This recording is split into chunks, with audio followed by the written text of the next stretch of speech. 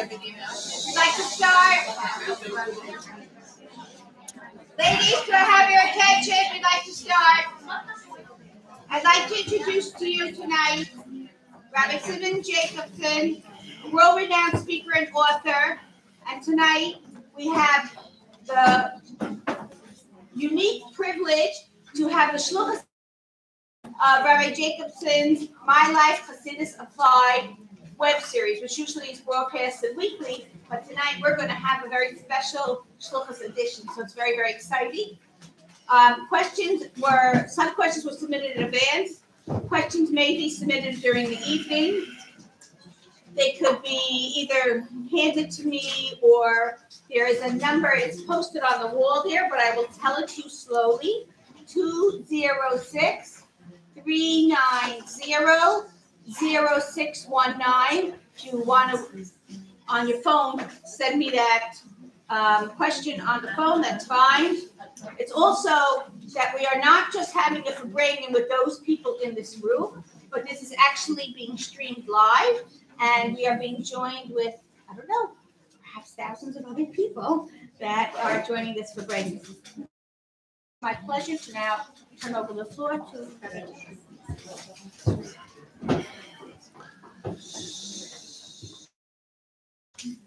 So good evening, everyone.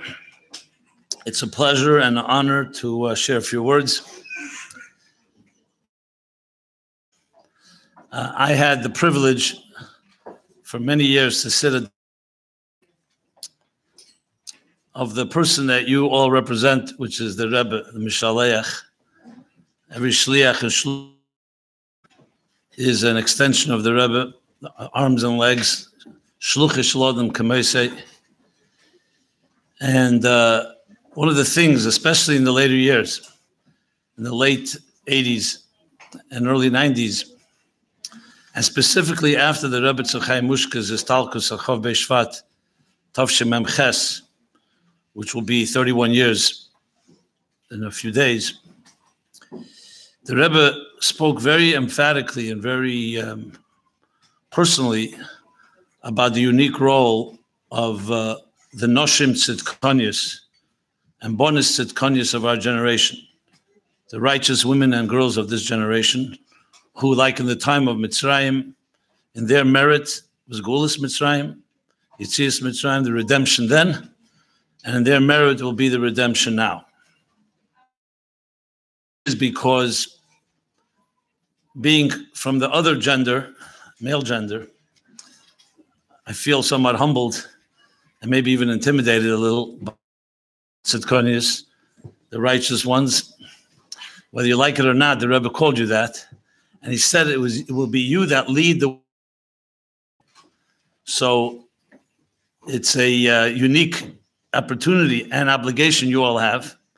And therefore, for me, it's a distinct honor to share a few words in that spirit. But since I'm not speaking my own ideas, I feel more courageous and more confident to be able to communicate because I'm speaking what the Rebbe said as best as I can. With the format that began 6 years ago, a program that I began Sunday night, every Sunday, 8 to 9 p.m. Eastern Standard Time, called MyLife Chassidus Applied. At the time, I wasn't aware, did not have any clue. For all I knew, it would last a few weeks, and that's it. There would be no audience. And I wasn't interested in speaking to no one. So, but it continued to gain interest. And not to toot my horn here, but at this point, approximately 10,000 people listen to it every week. This includes, of course, online podcasts that are downloaded afterwards in the car, or exercising, or whatever they're doing, or snoozing off. So, additionally, and maybe even more importantly, we've over 100 questions a week, mostly anonymously, which is exact attention, so people can feel comfortable to write. And if you listen to the program, you know I cover literally any topics. Nothing is taboo. Sometimes I have to modify a bit the language so it shouldn't be offensive or not sneezdik or anything like that. But people write really from their heart, and I see from the questions, and the questions continue the importance of doing this. So instead of something that was going to last maybe 10 weeks, 20 weeks, it's now 6 years. I'm actually going to do this coming Sunday will be episode 200 and I believe 45. An outgrowth of, this is not the plug for the program. This happens. In addition, some will make you aware if you're not, the first anniversary of the program, so I decided, I had a brainstorm suddenly one morning or one night, I forgot when it was, and that encourage and give people you should be doing this. We should all be applying Chassidus to our personal lives. So what I did was we launched a contest. We launched a contest which for men and women, across the board, everybody is able to participate. And I called up a donor and I said, I want to launch a contest, give a $10,000 prize to the first place winner, a $3,600 prize to the second, a $1,000 prize. And now recently we added a fourth prize for students only, a $500 prize. Donors said, absolutely yes, great idea. And the goal is basically an incentive that people should write an essay, 2,000-3,000 word essay, where you take an idea in Chassidus and apply it to a contemporary life issue or challenge. It can be your own issue, it could be someone else's. Doesn't matter. It doesn't have to be, you don't have to mention whether it's you or not. And the first year, over 500 essays were submitted. I believe it's because people want to write Chassidus and apply it to life. But some people convinced me that $10,000 also was a little factor in the matter. So I'm not going to measure that. And we've been doing it. This year, we just launched a few weeks ago, the 5th annual contest. So it's been already 5 years. So I welcome you all. You just go to meaningfullife.com/contest. You have all the guidelines and the rules. Since we're talking about this topic, might as well. I'm sure everybody here can use $10,000, right? Extra 10,000. And at the same time, also have the Shlichus and the merit to do, which is the key. Why I'm mentioning all of this is the following. When you ask around, what did the Rabbeim do most of the time? How did they spend most of their days? Our Rebbe came before the Friedrich Rebbe, the Rebbe Rashab, Rebbe Marash, Tzemach Tzedek, the Mittler Rebbe, and the Alter Rebbe. What did they do most of the time? We know they were definitely involved in Kedusha and holy things and Torah things. But what specifically? What they did most of the time was either learn or write. They were writing Chassidus. If you ever look at a Chabad library, Chabad Chassidus library, it's literally hundreds of books. Someone wrote that. And it was written by themselves. The Alter Rebbe, they say, Tanya took the Alter Rebbe. And the Rabbeim wrote and wrote and wrote.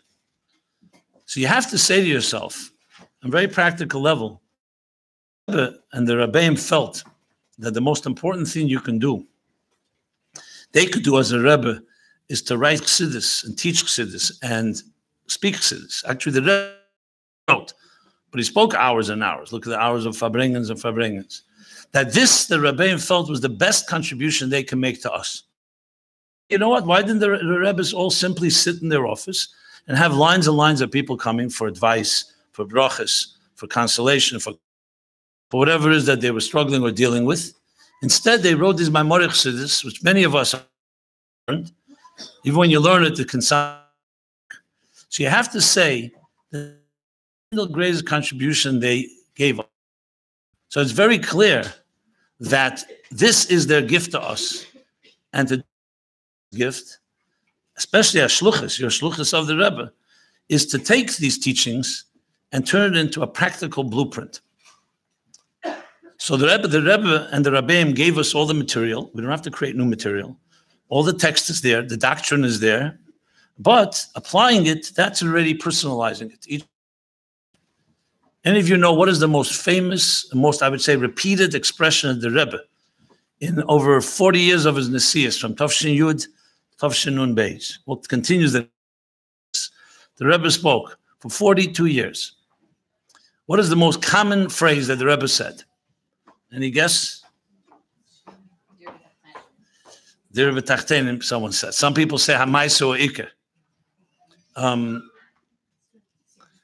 The most common phrase, and this since I worked in this field and I researched it and I looked into it, the most common phrase was Teira Meloshen Hera.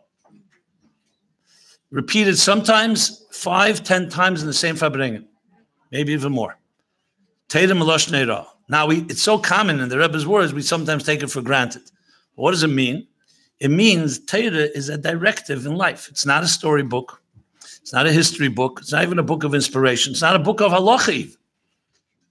It has halachas in it. It has Teira and it has all the above. But above all, it's a directive, a guide to life. In simple English, a blueprint for life. The God who created the universe, like an architect, the Medrash says, an architect uses a blueprint by which he builds his building. The Teira is God's blueprint. And the Zohar says that. So the Eibishter looked into Teira and he said, it says in the Teira, he created Eir. And we, his people, we look in the Teira and we know from the blueprint how to live our lives. Think of it like a life operator's manual. You come home with a computer, with an appliance, and you look at the operator's manual. Some people hate reading operator's manuals. Some people love reading them. Doesn't matter. But you need an operator's manual to tell you how to use this machine. So this machine called life, called existence, called our relationships, everything about our lives, from morning to night, the Teira has directives. And so every line, every word, every iota of Teira is a hira b'chaim, a lesson in life. As I said, the most commonly repeated phrase from the Rebbe. Why did the Rebbe have to say it so many times? Because as much as we hear it, we need to hear it again and again. And that's what makes it Teira. Teira is chayenu ve'erech yemenu. It's our life and our sustenance. Because Teira is not just a book. It's like oxygen, spiritual oxygen, that gives us guidance of how to live our lives the best possible way. And everything from the Rebbe, of course, comes from Teira. Now, specifically, Teira Chassidus is the premise of Teira given especially into our generation, coming before Mashiach, to give us the tools to finish the Golus and fulfilling our final Shlichus that the Rebbe stated, Yud Shvat Tovshin Yud Aleph, in Basar Legani, that we're the Deir Hashvi, the seventh generation, whose goal is to what? To build a Mishkan, just like Moshe, the seventh generation from Avram, build a Mishkan on earth, a physical sanctuary. Our mission is to finish the job started by the Alter Rebbe, the first of the Chabad Rabbeim, the seventh generation, and finally, through what? Through fulfilling the directives and learning the Hiraz, learning the Teira and fulfilling the directives of the Rebbe, which of course channels to us the directives of all the Rabbi. So to me, this is the essence of the program that I do, which is MyLife Chassidus Applied. So when I was asked to do this, of course, I make a special Shluchos edition to address issues that are particularly relevant. And I invite you as well, as you just heard from the moderator, you can write any question, text it in. If you want the number, I can announce it again, 206-390-0619, and I'll try to answer as many questions as I can. And obviously, if I can't cover them here, I could always answer them next Sunday night or the following Sunday night. So we have plenty of time. So I received a book that was presented to me from the Shluchim office here. And I want to thank them for hosting this and making this possible and broadcasting it to the larger public. I personally also received from a number of you, I don't know if you're in the room here, but a number of you that Shluchis sent me my own emails in my inbox, a bunch of questions. I'll address that as well. But I'd like to begin, well, I already began. I'd like to begin the next stage of this with a interesting Hashgacha Pratis that just came my way a few days ago. And we always knew this answer from the Rebbe, but I thought it was very appropriate because now I see it with the Rebbe's edits. I never saw the Rebbe edit it. So the year was Tov Shel Lamed Tes. As the Chav Bei Shvat, Tov Shel Lamed Tes, interestingly. So that would be the year 1979. And actually, it was that year was 50th anniversary. That year, Yudal Kislev was the 50th anniversary of the Rebbe's and the Rebbitzins' wedding. Just mentioning that as an aside. So this was a note from the Rebbe to the women that represented the Shei B'nai Chabad, and they went to the midwinter convention. Shei B'nai Chabad makes a midwinter convention. That year it was in Detroit. they finished, the convention finished, I believe, on Thursday. Friday, they all had a scheduled flight to go back home. And many were coming back to New York or wherever else they came from. There was a big snowstorm in Detroit that day. So, of course, a snowstorm caused them not to be able to travel. So they wrote to the Rebbe Zettel a note saying that they're stuck in the snow. That's the expression used, right? You're stuck in the snow. And they want a bracha from the Rebbe that the Rebbe should give them the ability to come home to their families for Shabbos. Now, actually, here's a description in English. This is both in the Hebrew answer and English, and the Rebbe edited both his answer that he had written at the time. I just thought it's extremely appropriate and very fitting way to open up this discussion here. So this is what it says. Those delayed from returning home to New York by the snowstorm on Monday morning, Shvat 22, called the Rebbe's office. Actually, it was Monday morning. I'm sorry, it wasn't Friday. And expressed their distress at the delay. They asked for a bracha to be able to come home immediately. The Rebbe replied to all the women. So I'm going to read the answer in Hebrew and then I'll read the translation. This is with the Rebbe's edits. So even if you don't know Hebrew, I'll translate it. The Rebbe writes, L'pela achi gadol, shela'achrei shemedabrim u'barichas ha'kiyetze b'zeh, pamim, al dvar teres ha'bal Shem Tov, shemekol dover eshei ro'a ba'avedas Hashem, v'gam hein ba'atzmam b'vadai, ne'emes al derech zeh, kishekora lehen ha'inyan, shekavanose brura,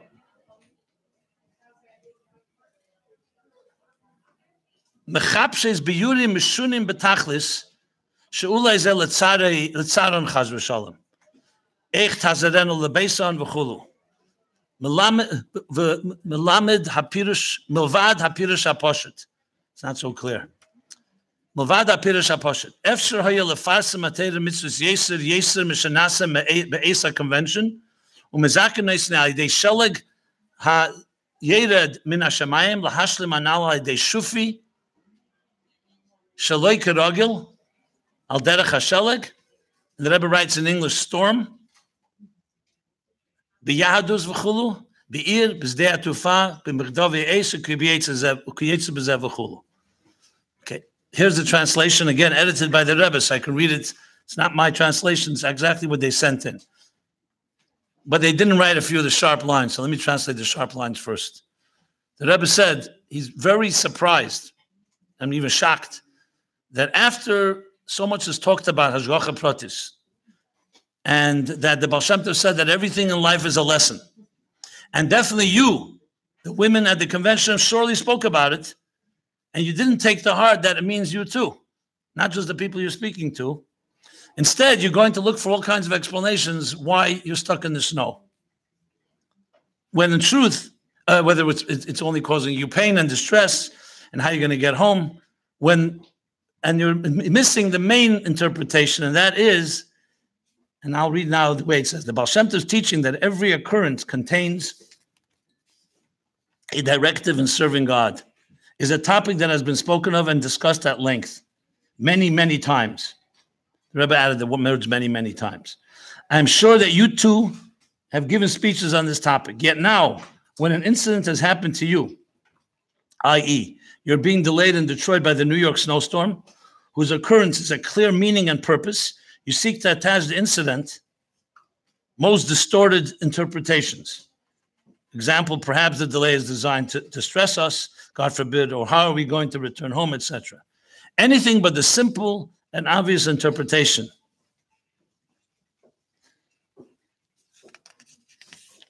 And that is, the simple and obvious reason for delay is, it is possible now to disseminate Torah and mitzvahs to a far greater degree than was accomplished during the convention.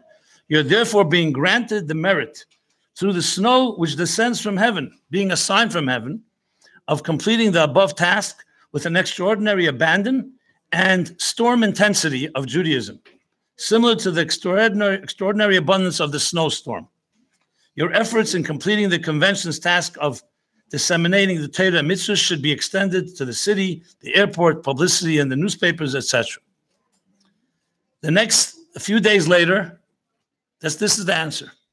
A few days later, they wrote to the Rebbe, and Chav Gimel, the next day, they wrote that they stayed there, and now the snow has ended, they're coming back, so the Rebbe writes, Shchus miyachedes, I'll read it just in English, it is a particularly great merit when the Almighty from on high points with a finger and clearly shows one what to do. May all your activities undertaken as a result of this divine indication be highly successful. It is obvious that each and every woman will soon travel and reach home, for she will have completed her mission. So I think it speaks for itself, but I thought it really hits the point. You're all Shluchos. Wherever you are in the world, you were sent by the Rebbe. Hashem leads your path, leads your footsteps, and everything's Hashgacha Pratis. There are times the Shlichus is very easy and smooth, but there are times there are seemingly setbacks, whether it's a snowstorm or some other way. So here's a clear directive from the Rebbe, and talking about applied Chassidus, this is as applied as it gets, that there's no such thing as being stuck. There's no such thing, period. If you're somewhere, you need to be there. It means that you didn't finish the job that you were sent for. And in this case, since it was a snowstorm, so most of us would look at a snowstorm as just a nuisance and just delaying our flights. And the Rebbe sees it as a siman mishamayim. Snow comes from heaven. It means God is sending you a message from heaven that you need to do and intensify your pulas, your activities in a stormy way. Literally, just like the snowstorm, you have to do it with a shturim in a storm. And when you finish the job, then the snow will go away. I mean, I think you can apply this to so many situations, especially when we're dealing sometimes with challenges and we don't know whether we have the strength to deal with a certain challenge, whether it's monetary, whether it's family-oriented, whether it's community-oriented, whether it's personal. Everyone has their personal ups and downs. You know, we wax and wane like the moon. So there's always stages. Everybody has their ups and downs. But one thing is consistent no matter what state you're in. You're the Rebbe's shlucha. No matter what you're doing, you're the shluch. That's your position 24/7, even when you're asleep. And therefore, you have a mission to accomplish. And if it's a setback, it means that you still need to do something.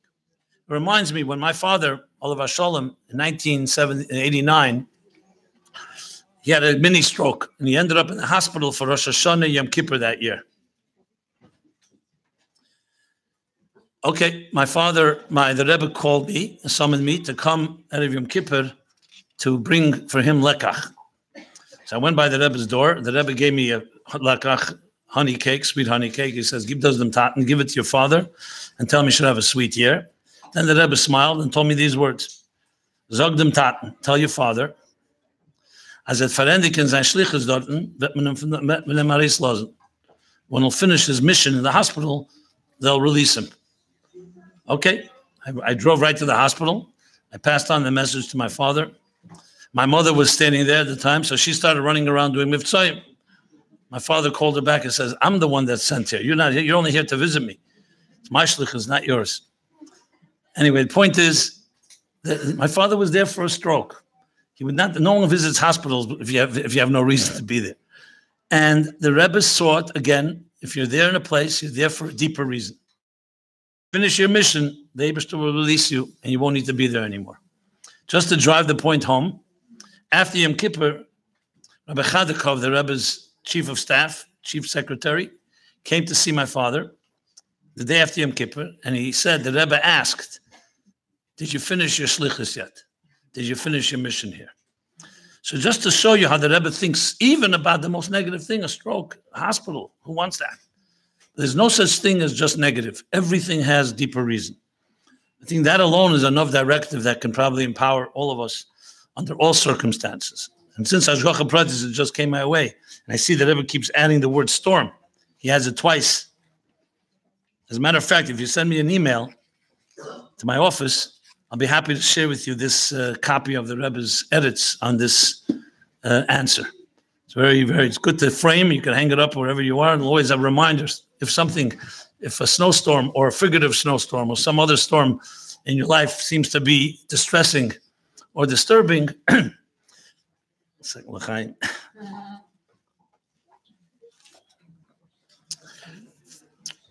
I had my horse. I'm a little horse, so I'm realizing there must be a deeper purpose. So it must be to say l'chaim, as I just said. So I'm taking the lesson to heart. Yeah, applying it exactly. So if anybody wants this, I think it's a great, so whatever situation you're in, and here the women wrote they were distressed. And the Rebbe says that's not what you should be thinking. You should be thinking what opportunity this presents. So I thought this is a great way to introduce. So I'm going to do now, in no particular order, I'll just go through some of the questions that were posed. I'll answer them. And as I said, you can feel free to text or write down a question, and I hope the moderator, you'll pass them on to me, right?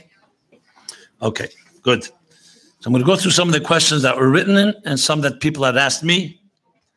So as I said, Shluchos and Shluchim in general, Shluchos particular, everyone has their unique set of challenges.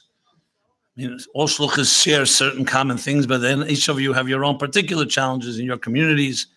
Everyone is a unique personality. Everyone has their own particular issues. So, nevertheless, there are some, as I said, collective things that really address many of us. But some of these questions clearly may not be for everybody, but the differences that make it still relevant. It may not be relevant right now, may be relevant tomorrow or another time. So they broke down the questions into three categories: community, this set of questions, before I get to the next, chinuch, and personal life. I'll start with community. Okay. One more short line before I continue. Since some of you may not be familiar with the format that I do on Sunday nights with MyLife, this is what I do. I read a question, and then I try to find the source directly from the Rebbe or from the Rabbeim that either directly answers the question or indirectly that you can extrapolate what the answer would be. Now, of course, there are times we don't have an explicit answer, but we have a methodology that the Rebbe gave us.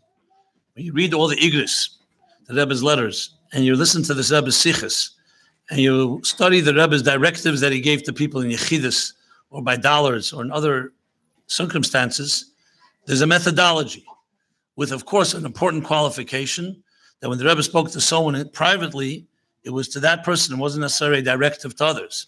But that doesn't mean we cannot glean from all these stories and from all these answers methodology. Here, for example, what I just read, this answer, the snowstorm in Tov Shalom Tes, is a methodology. To them, it was relevant to snowstorm, but you could apply this to thousands of situations. This is the Rebbe methodology. So that's the approach I tried to take. So that way, we're not just looking for common sense answers alone. We're looking for approaches that are based on or either directly, explicitly asked to the Rebbe or the previous Rabbeim, or their methodology in applying it to given situations. I just wanted to give that short introduction because that way we're grounded and we make sure that we're honest and we maintain the integrity to know that an answer is a real answer. Now, very often the Rebbe's answer would include go speak to specialists, or go speak to Yedidim Mevinim, friends that are experts, or go to a Mashpia or a Rav. So once a Chassid said to the Rebbe, I want the Rebbe's Eitzah. I don't want to hear Yedidim Mevinim. I want the Rebbe to give me advice. The Rebbe said, "Was adir as ich dir empfehlen durch die Yedidim Mevinim." Why do you mind if I'll answer you through your friends and experts? So the Rebbe has many ways to answer. Sometimes he answers directly. Sometimes he answers to the shluchim that the Rebbe that there are in this world that are there for us, that help us find direction. So starting with the community questions. So here's the question. When you live in a city with many Chabad houses in close proximity to each other, it happens that, quote, your people, quote unquote, your people will go to another Chabad for programs, etc. And may even build a relationship with another shlucha. If we forget about the money aspect, let's just say the person doesn't give a dime. Is there any legitimate reason for this to bother you?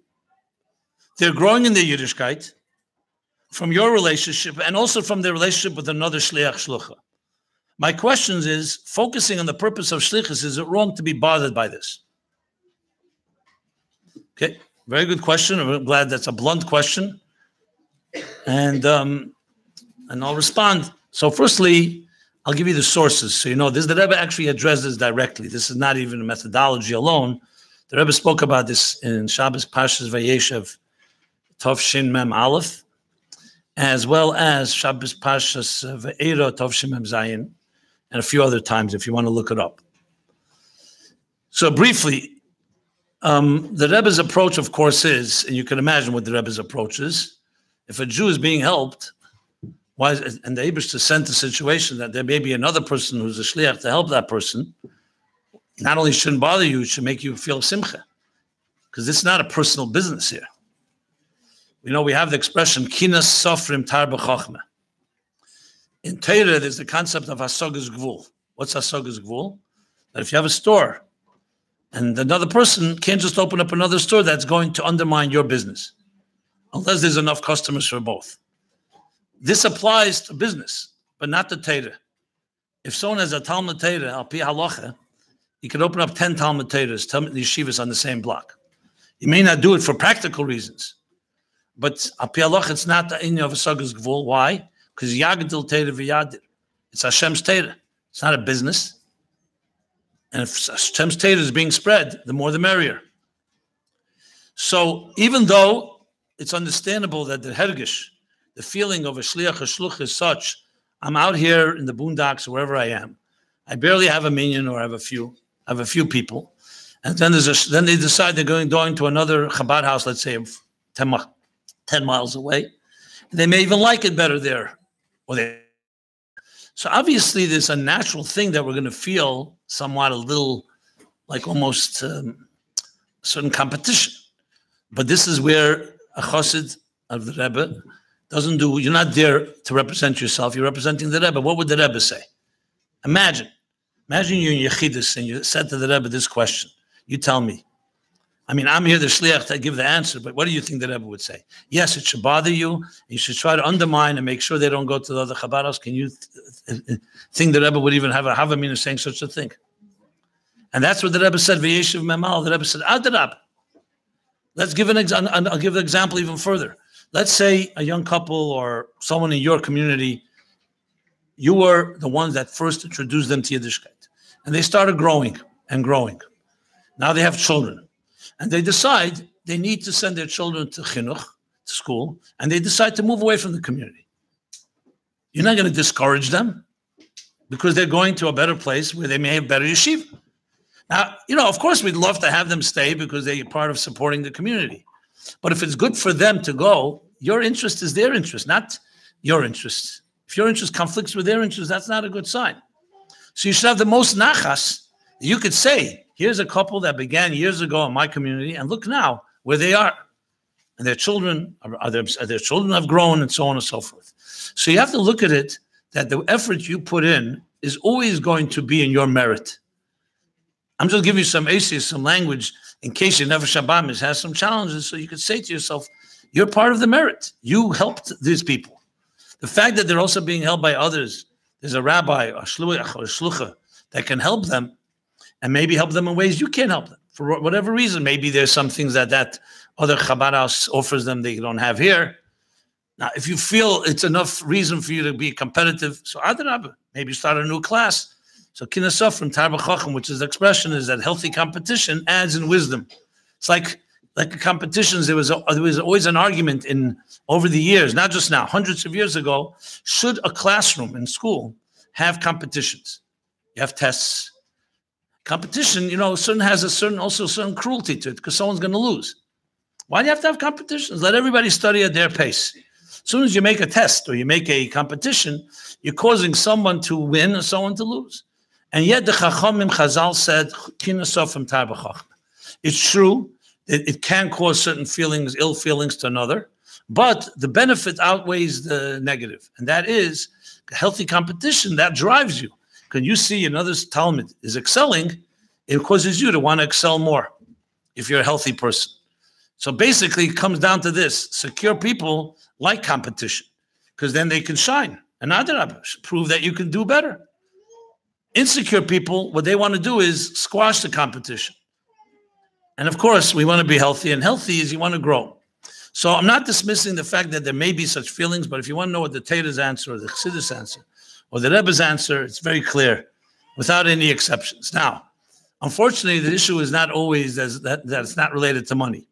The fact is there is money related. So I want to just address that, even though this person wrote that there's no money related. Now that becomes a bigger sign because we all struggle to pay our bills.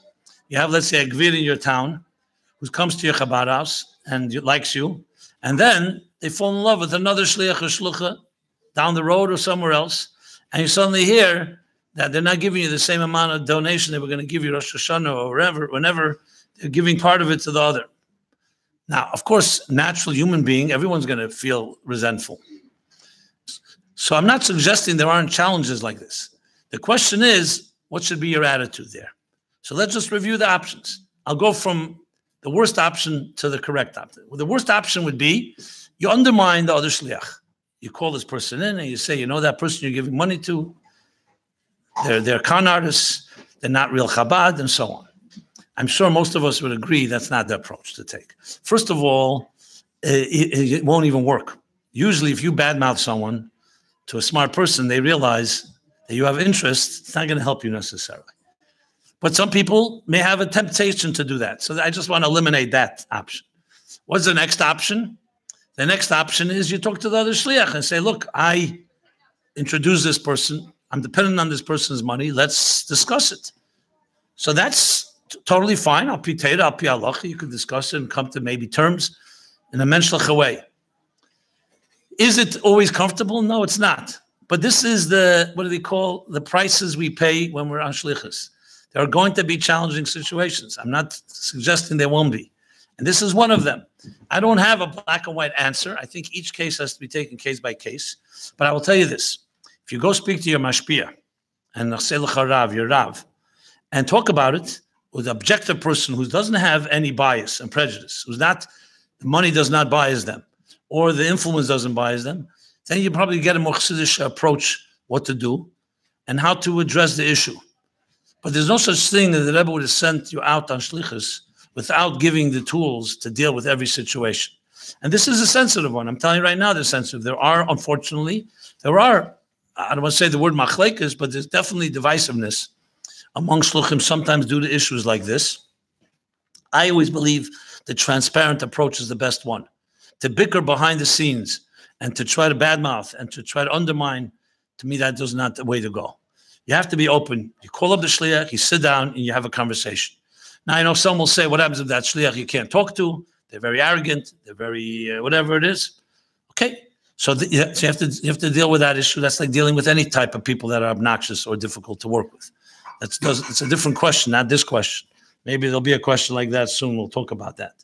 Anyway, I'm trying to address this in a comprehensive way. As I said, it's not a perfect answer, but you have to always think one thing. What would the Rebbe tell you to do? That's all that matters, because you're a shlucha from the Rebbe there. You're not in your own, it's not your own business. You know, you're running your own business, so then even then you have to look to Shulchan Aruch and Torah. But here, even more sensitive, because it's more important to get the shlichus fulfilled than you necessarily being the one that wins. Okay. Now, if anybody has any follow-up question to that, as I said, you can text, or you can write it in, or you can also submit it later, because I will address further questions in the coming weeks of my life. Another question. What is the Rebbe's view on children whose mothers are not Jewish, but father is, and they are now adults themselves, these children grown up, and seem very interested in Yiddishkeit, and seem to be very sincere? Along with that, what about the young children of non-Jewish fathers? Is there any room to say that investing our energy into the children of such a family, aside from the connection that you can build with the father, is worth it? Okay. Yeah, another very sensitive question and a very appropriate one. Unfortunately, I think anyone does not deal with this. We all deal with this. So just to spell it out, there's two scenarios here. One is the mother is not Jewish, so the children are not Jewish, but the father is. And they're married. So we're not talking about the divorce, they're married. And the children, because their father is Jewish, they're exposed to Judaism. They may even have come to your Chabad house, may have gone to your preschool, may be involved in some way.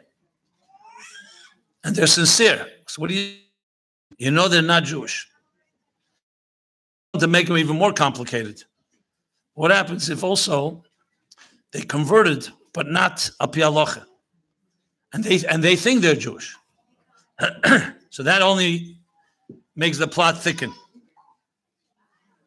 So let me address it as best as possible in a form like this. I will say some things I prefer not to speak about more one-on-one rather than in a group, for obvious reasons, and especially because it has to be customized to each given situation, because no two situations are alike. So let's go. A few key points have to be made here. First of all,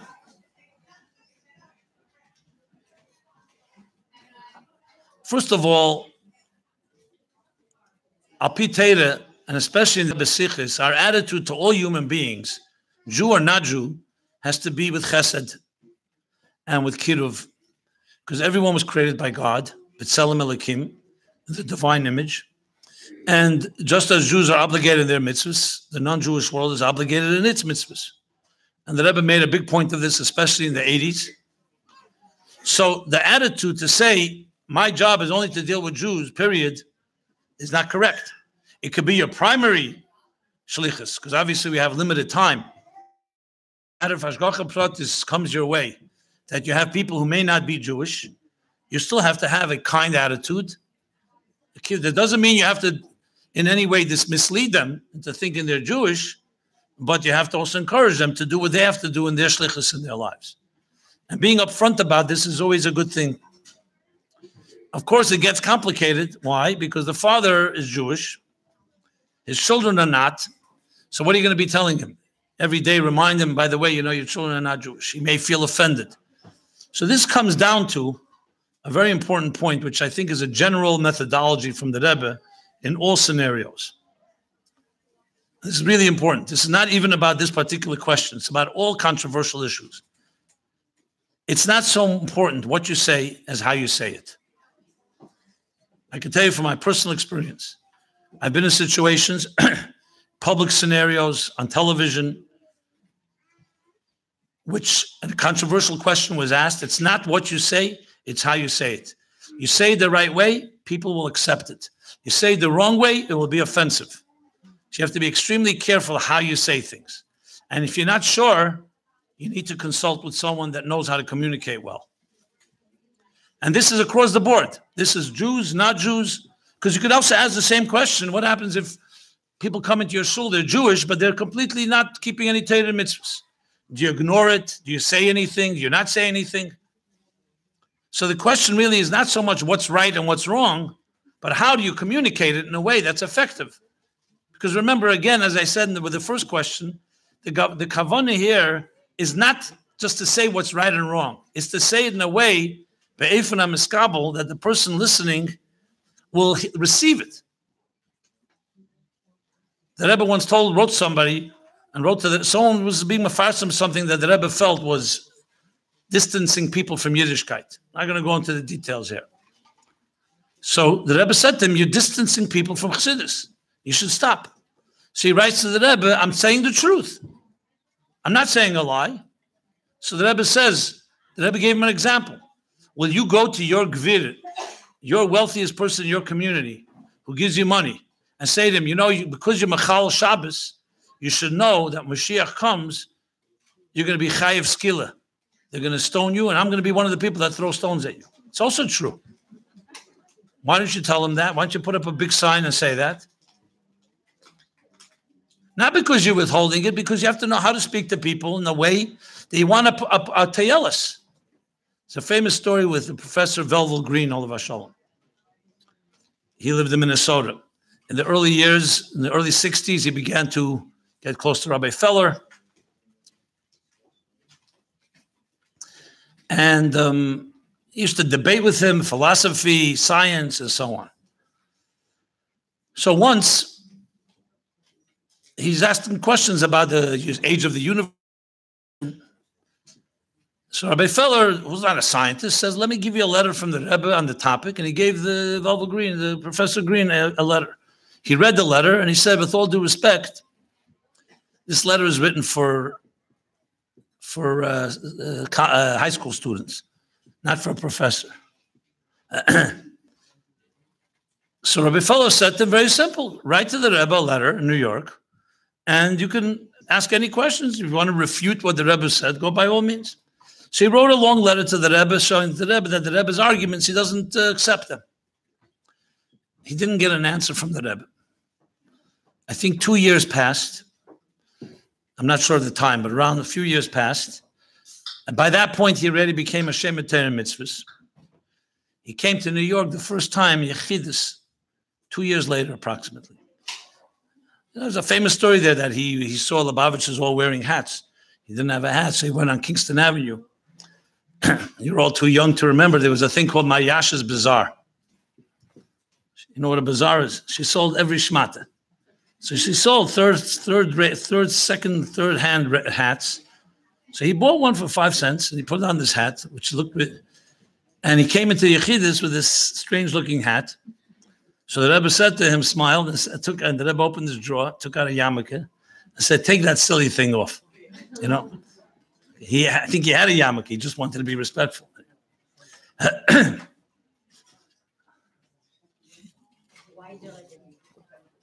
At the end of the Yechidus, they had a long Yechidus. At the end of the Yechidus, the Rebbe says to him the following. Regarding the letter you wrote to me a few years ago, I'd like to respond now. And the Rebbe went on to respond a very sophisticated scientific answer to all his questions. He was shocked. First of all, he was shocked that the Rebbe remembered such a comprehensive answer. And above all, he says to the Rebbe, you know, Rebbe, if you had this answer, why did you wait all these years? I thought at the time I wrote such a brilliant letter to you that you didn't have an answer. That's why you didn't answer. And for 2 years, I was thinking, okay, fine. I basically slugged you up. Yeah, exactly. So the Rebbe said to him, but you see, it didn't affect your journey, did it? Because he became a Shemet Torah mitzvah. He says, no. So why didn't you answer me then, if you had such a good answer? So the Rebbe said to him, because I sensed from your letter that if I would have answered you then, I may have won an argument, but I would have lost a chassid. That's what the Rebbe said. Think about this. We know there's an expression, da masha toshiv. You have to know what to answer an apokeiros, a person who asks questions, a skeptic. But then there's a pasuk that says in Mishlei, altan ovel bavlose. Don't answer someone who's a skeptic. So which one is it? So think of the words. It doesn't say answer. It says da masha toshiv. You have to know what to answer. But you have to be even smarter to know when to answer and how to answer. So you have to have answers. But there are times that if you try to answer something, you may end up just having a debate and egos get in the way and you won't get anywhere. So the Rebbe realized everything has its time. Had he answered then, it wouldn't have been effective. I go back now to this question here. This topic is a very sensitive one. I will speak about what the facts are, but more importantly, how to communicate. Because you always want to be a sensitive person. You're not there to be God's avenging angel, where you're going to tell a person everything they're doing that's right and wrong, and every punishment they're going to suffer. Because first of all, that's not the derech Chassidus b'chlal. Second of all, we all can use correction. How you judge others will judge you as well. And we know from Tanya and from other places, Havishvar Ruach b'fnei kol adam, ein dan adam dan kol adam l'kaf zchus, al todin adam asher tagilim kemei. All these expressions, don't judge people. We're not judges. Only one judge on existence, that's God. No one gave us that right. Especially as Shluchim and Shluchus, we have to take the Rebbe's approach. And the Rebbe's approach is always Mekarev es abriyas. What's the Lashon? Eiv es abriyas or Mekarvan l'teira. The Alter Rebbe says, what's briyas? Why briyas? Briyas means creatures. Because even if a person doesn't have any other quality, which is impossible to imagine, but let's say no other quality, you can't find any virtue in the person except they were created by God. They're briyas. Even if they're just briyas ba'alma, still eivis abriyas. And then mekarvan the Torah, you don't bring the Torah to them, you lift them up to Torah, so you don't compromise. As the Rebbe says always, the vart is you're not telling people do only one mitzvah. You're telling them there's tayyag mitzvahs. All of us are aspiring to be the best we can be. And you begin wherever you can. Start with one mitzvah, mitzvah geredes mitzvah. If you tell someone, no, you know what? You're starting late in life, so you only have one mitzvah to do. That's incorrect. We're all obligated in all the mitzvahs, but everybody has to go by their pace. So now to apply this to this question. So as you see, I'm going to focus on two things here. What's the right answer? And then how to answer. It's not the same thing. You don't have to always say everything you know. But you don't have to lie. The Friedrich Rebbe once said to the Rebbe Tzachai Mushke, the em is darf nicht allemal sagen. You don't always have to tell the truth. But you're never allowed to lie. So we're not lying. Question is what to say, how to say it, what time to say it, and what exactly the context, like the story of the Velvel Green. So going back to the question, yes, al pi halacha, the fact of the matter is you're either born to a Jewish mother that makes you Jewish, or giyur al pi halacha. That's a fact al pi Torah that cannot be changed by anybody. Do you have to always tell somebody and shove it down their throat? So you meet somebody, comes to you first time into your shul or to your Chabad house, and they're intermarried, and they have children that are not Jewish. You don't have to start the first thing to say, by the way, I need to point out to you that everybody's not Jewish here. And what's the benefit of saying that exactly? At some point, you want to make it clear, and maybe there are situations where maybe you would encourage even the woman, the wife, and the children to go through a giyur. That's also doable. The Rebbe actually was lenient in that area. Once they're already married, there's already a family, and it's a healthy family, that sometimes you do that. You encourage, even though in general you don't encourage giyur, but those circumstances, sometimes you do. But I want to make this clear. This is not a psak din here that I'm giving. This is not a meeting here about halacha. Halachic issues must be addressed with a competent rav, with all the details and circumstances. I'm just pointing it out from a hashkafa point of view. They have to know that as well. But right now, yes, that person, the father's Jewish, the mother's not Jewish, the children are not Jewish. That's a fact. What to say? Say is always, you have to always be sensitive. Now, for example, he says to you, I want to join your Chabad house. I want my children to go to your preschool. So that's a big question today. A lot of controversy around this, which shluchim, many shluchim do have in their preschools children that are not Jewish. This is not the question asked to me, so I don't feel I have to answer it, but I know it's a question.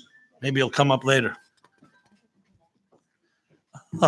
But I don't want to digress. Let's go back to the focus here. So you have to make a determination based on policies and based on talking to other shluchim and especially rabbanim, what you do. Now, obviously, you'd never mislead the father or the mother to think that the children are Jewish. For example, he says, I want my child to be bar mitzvah. It's not Jewish. He doesn't need to be bar mitzvah. But you could say it in a very beautiful way. You could say he doesn't need bar mitzvah. He has a connection to God without bar mitzvah. You don't have to say you're inferior, only Jews are bar mitzvah. In this place, we don't bar mitzvah non-Jews. It doesn't have to be stated that way. You can say it in a very pleasant way. And if you say it right, I've done this. I know this from personal experience. You could say, the only religion in the world that you don't have to convert to have a relationship with God is Judaism. Jews never proselytized and encouraged conversion. Why? Because we believe all people are created in the divine image, and everybody can serve God in the way God wanted them to be. So the Sheva Mitzvahs B'nai Neach is not some type of, people think Sheva Mitzvahs B'nai Neach is some type of scraps you throw to the goyim. By the way, the Sheva Mitzvahs B'nai Neach, if every Jew kept Sheva Mitzvahs B'nai Neach, we'd have Mashiach here. It's basically no murder, no theft, respecting God, no sexual deviations, honor, justice, and so on. It's basically the 10 Commandments, Aseret Adibris, without Kibbud Av and Shabbos. So just for the record, Sheva Mitzvahs is not some type of inferior mitzvahs. So the key is to focus on the positive. Say, by all means, you, your children, your family should do chesed, tzedek, yeshed, and so on. Always focus on the positive. As far as the halachic things, say, look, there's a constitution that says what you're supposed to do and not supposed to do. I can't go into a whole arichis here how to communicate. My point that I wanted to make was what the attitude should be. You ask what the Rebbe's view. The Rebbe's view is the Torah view. The Rebbe doesn't have a view that's outside of Torah, Chaz v'Shalom. So just be aware of that always. Anything that's Torah is the Rebbe's view. Anything the Rebbe's view is Torah. There's no two different opinions, God forbid. So the view is a Jew is a Jew, a non-Jew is a non-Jew. Now, should the circumstances be that you want to encourage them, you should encourage them, not for any personal reasons, but for what's right. So you with competent rabbanim and mashpiyim, you figure out what to do. If, however, that he remains Jewish and his wife and children are not, that's a situation. You could be very kind to them and pleasant to them. You're upfront. You don't have to say things that are offensive. And that's the general approach to this. So you know what the facts are. At the same time, you say it in the most caring and sensitive way. Now, investing in them, investing in these children, look, it all comes case by case. If these are people coming your way and you have an ability to have a good hashpah on them, so to some extent, that's part of your shlichus. And as I said, the shlichus of Sheva Mitzvahs. If you don't have that much time, then you have to prioritize. But that's the same with everything. If you have a lot of people in your community, who do you focus on? That's already case by case. And I don't know how much more I can say about that topic.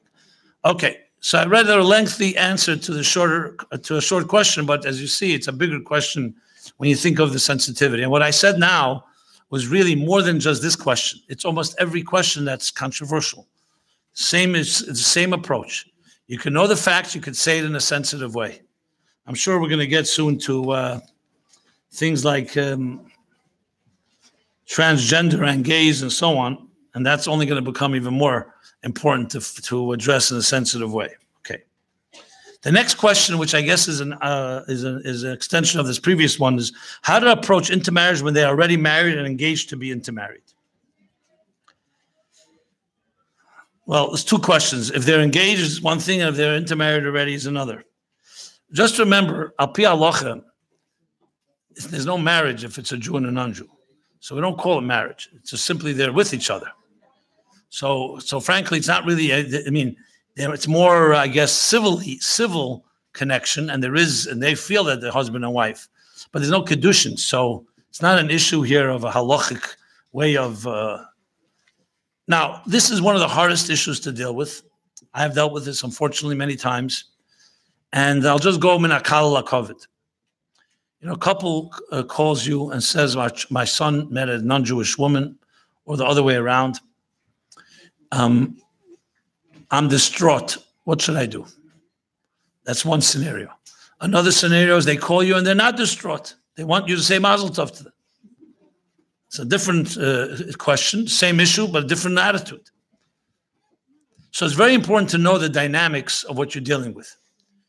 Also, you need to know your role in this. I'm called sometimes, more than sometimes. Can I talk to this young man or young woman? They're ready to get married, but they're more Jew or non-Jew. So I always say I always make the same statement. I say, they don't know me. I don't know them. And suddenly they're going to come see me and I'm going to preach to them. Do they have someone they trust? Let them speak to a rabbi that maybe the boy or the girl grew up with. Because this is issues here of sensitivity and trust, more than just what's right and wrong. And I say this again, I repeat this again. It's not what you say, it's how you say it, then who's saying it. Someone comes to me and bumps into me, they don't even know who I am. I'm not going to sit down and become a preacher and start judging them and telling them, hey, you know what, intermarriage is bad. It may be true, but what credibility do I have? Will I influence them? So if you're in a position where you feel you could influence, because either they know you for a long time or they trust you, and the parents are also cooperative and really want this, then, of course, you meet and you do whatever you can. But if it's just going to be a hostile communication, where suddenly a parent schlep, I've had this. Someone came to my office, literally, with a couple. They forced them with them. The parents knew me very well. They didn't even tell me. And suddenly I have this couple sitting and they're telling me, tell them intermarriage is bad. So you know what I did, frankly? I did the exact opposite. Now, I didn't tell them it wasn't good, but I said to the parents, you schlepped them here against their will to speak to and not telling me. That's not appropriate. I said it in front of them because I wanted them to see, just coming here to preach to them, like, you're a rabbi and let them tell you all the bad things about intermarriage. It's not how it works. It's sensitivity. In this case, by the way, interesting what happened. I asked the parents to leave and since we were already there, I said, I'm very uncomfortable that you're here because you didn't even know where you're coming. They convinced them they're going somewhere because the parents had money, so the children went along. That's what happened. So, but I was able to gain their trust, and they ended up not getting married. I can't say it was completely due to me, but it was partially. But because they saw, I spoke to them like mentioned. I didn't come and tell them, hey, we're doing the worst thing, and you're going to destroy each other's lives. It's not how you're going to communicate. We know there are letters from the Rebbe. The Rebbe speaks very harshly about it. But the Rebbe is speaking about the facts. He's not telling you how you should say. The Rebbe expected that when he gives us an answer, use the answer to know how to present it to someone. I can tell you personally, I have maybe 30, 40 answers directly to me personally in the Sikh. The Rebbe writes, you wrote everything that I said is correct, but you're not thinking about the audience that's going to read it. And it has to be written in a way that they can absorb it. What's the point of telling them the facts if they're not going to listen? So you have to know how to say it and sensitively and so on. The Rebbe sometimes spoke very strongly and critically about things. Is that what you have to repeat the message? And it's always how you say it. That's what communication is all about. And again, I'm not talking about compromising the message. I'm not talking about distorting it. I'm not talking about diluting it or watering it down. It's all about how you say it. So in the case with intermarriage, you really have to first assess and diagnose the situation. What are we dealing with here? Are we dealing with a family that's all happy with it and there's no issues for them? So that's one challenge. Because then you're dealing with not just the couple. Everybody's happy. They think it's good. So what do you do? Do you become the person that tells and says, you know what, I'm going to make an announcement to all of you that this is a disaster, not a simcha? You have to know what will happen if you say that. Suddenly they'll say, oh, you know what, the rabbi said that, or the Rebbe said it, maybe I'll reconsider. Most likely they're going to just never talk to you again.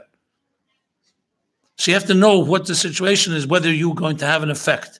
Now you could argue, what difference does it make? Since it's a bad thing they're doing, you should still tell them. Look, if you think that can benefit, I find in most cases being harsh or being direct and blunt, unless it's really a close friend that can hear anything, is not going to work because people are prejudiced. They don't want to hear the negative, especially when a young man tells you, woman, what difference does it make if she's Jewish or not? So you're dealing with you're not dealing with seichel, you're not dealing with discussion, it's emotions. You all know when you're in an emotional state, it's not so simple to just talk rationale. So really, in any specific way, I'm just really talking about how to answer, not what to answer. And how to answer, and then do what you can. Obviously, if it's possible that you can help, the way that I use, I don't know if the word is tricks of the trade, maybe not the right expression. But one of the things I do often when I do have the attention of a couple or their parents, I say marriage is a very serious thing. It's not just a business transaction. Marriage is a spiritual union between. I think it's vital that you should read about it and study about it. And I'll often recommend some books. My hope is that once they start reading and studying, they start seeing it's more serious than just this frivolous little affair they're having.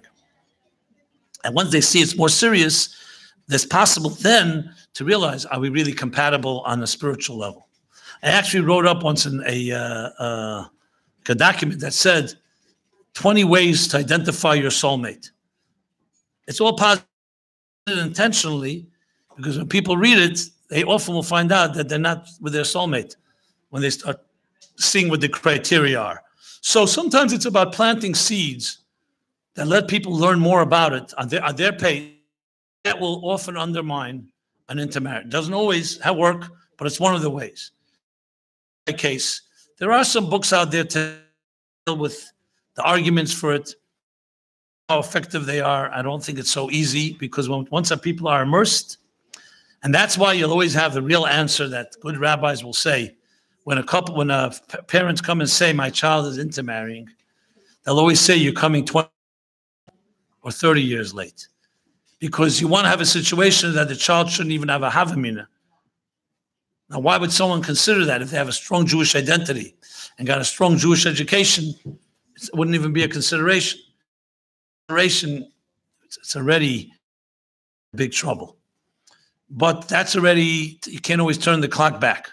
That's what we're trying to do at best in our Shlichus. Jewish children, in a way, that when they grow up, they won't even have this consideration. Okay. Question. You have a curfew here? What's the story with time? Okay, we keep on going. The Rebbe's approach to open door policy, but having people that will make your crowd look low class and possibly turn people away. Oh, that's a good question. Okay. Everyone understand the question? No. Yeah. They call the Shalosh Shuddis crowd or the Lava Malka crowd. So the situation is like this. There are organizations and there are entities that have a very high standard of who they allow into the door. So that way, people who are either affluent or wealthy or consider themselves classy, so they know they're coming to an event where there's other classy people in their eyes. If you have an open door policy and everybody can enter, so there are a lot of people who may not come. Because no reason feel elite. But the fact of the matter is that may to an event, to a dinner, to the Rosh Hashanah, Yom Kippur, whatever it may be. But it will make your crowd look low class and possibly turn those people, so-called higher class people, away. So let's spell this out. The reason we have an open door policy is because we're not running a business here. We're busy building our brand, and we want to make sure that everybody knows this brand is only for people who are worth $10 million or more, or who dress in the best clothing. A Jew is a Jew, whether they have more money or less money, and we don't make conditions. And this is the yesod of Chabad Chassidus, Perek Lamed Beis in Tanya, where it says, Mi yedei gdulasan u'ma'alosan. We don't know who has the greatest neshama. Even in this room right now, so many great neshamas. Who is the greatest neshama sitting in this room here? So anyone that knows, a little Chassidus knows, the answer is we have no clue. Because this is God's mysterious things. And just because somebody may be more pious and know more Torah doesn't make them a higher neshama. Sometimes the highest neshamas actually are given the hardest nisyanis and tests. So this is a yesod in Chassidus. This is a yesod that we grew up with. When you sit at a Shabbos table, there's no us and them. There's no unsere and zugekommene. It's completely hepech Chassidus language. Because anyone that knows neshamas knows there's no such thing as a zugekommene neshama, because every neshama is a chelik elikam and mal mamish, a part of God. The reason that we have this language, zugekommene, so to speak, is frankly more of a cultural, corporate thing than a Torah thing. By Matan Torah, every Jew had to be there. The Arevim were the children even, not the adults. So this is Aleph Beis.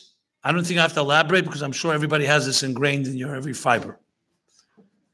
At the same time, the fact of the matter is, you'll find in Chabad houses that say they make a dinner, a fundraising dinner. So they can make a fundraising dinner and they're charging $500 a seat or $100 a seat. Some people can't afford it. So what? There's no open door policy there. Is that a stira to the Chabad approach? And the answer is not. Because you're not rejecting people to your Chabad house. Here's a pool, a particular event where you need to raise money and you need people who have money to bring money in. It's not a party like a Simchas Torah or Purim event for the community. It's a particular focused event. And I don't see any reason why philosophically it can't be explained as such. And I think everyone would understand it. Maybe some people may not like it. I'm not invited, but there's a reason. Or if you have a board, every Chabad house has a board of directors, of trustees. Everybody in the community is a trustee? No. Trustees are usually going to be people who raise money or are fiscally adept and knowledgeable. 10 people, 5 people, 4 people. That's not elitism. It's just a reality. You can't have everybody on the board. So I think if you make that the philosophical distinction, that this has nothing to do with the Yiddishkeit of a person. It's nothing to do with who we welcome. Everybody's welcome. But yes, we do have, But even in a dinner itself, sometimes they have a VIP reception. We only have 10 people there. Matters, these people need to be cultivated. And one of the ways to do it is to make them feel special and so on. It's just a tool. It doesn't reflect on the shitta that we have. Now, to be even more blunt, there are people in communities, and I've heard this more than once, even though it's not written in this question, who say, you know something? Chabad's very nice. They all talk about Ahavas Yisrael and everybody's equal. But my Chabad rabbi or Rebbetzin, for some reason, they give a lot more attention to the people with money than the people with no money. So, frankly, that's not the shita. The Rebbe never had such an attitude. By dollars, was there a list of people? The people with money come first and the rest not? The Rebbe treated everybody equally. So now I understand why some of us do it, because the fact is these are the people that are supporting you. These are the people you give more attention to because you want their money, because it supports, you justify it supports, actually it supports the people that don't have money to come to the programs. But I think we have to all look inside our hearts if we actually are becoming a little more biased, because the fact of the matter is Ahavas Yisrael is Ahavas Yisrael. And it's not a contradiction to having programs and events that are for particular groups, just like you have a program for women only, for men only, for children only, for senior citizens. That's not saying that the others are not welcome. It's not for them. It's a different program. Okay. How to explain from the other categories? Yeah, I mean, I see it's taking longer than I'm going to start going a little quicker. You have any texts? Only one? Okay, so that's good. I'll move on here. The questions are good questions. Look, I covered a lot of an approach to answer questions, not just the questions, and I'm not going to do that more. So now I'm going to focus more on the actual questions. How to explain Koil Isha to your community? What's the real issue with it? Okay. You're asking me as a man to explain to you Koil Isha. That's the interesting irony. How would you explain it? I'd like to know. You're the notion. Okay. Well, I'll tell you one beautiful explanation that I once heard from the Rebbe, and I use it all the time. And really, like in all questions, as I said before, it's not just what the facts are, it's how you answer. But I have to say one important point. This question, actually, I've had more than once on my life, not just from outside people. How do you explain to your community? How do you explain to our own community?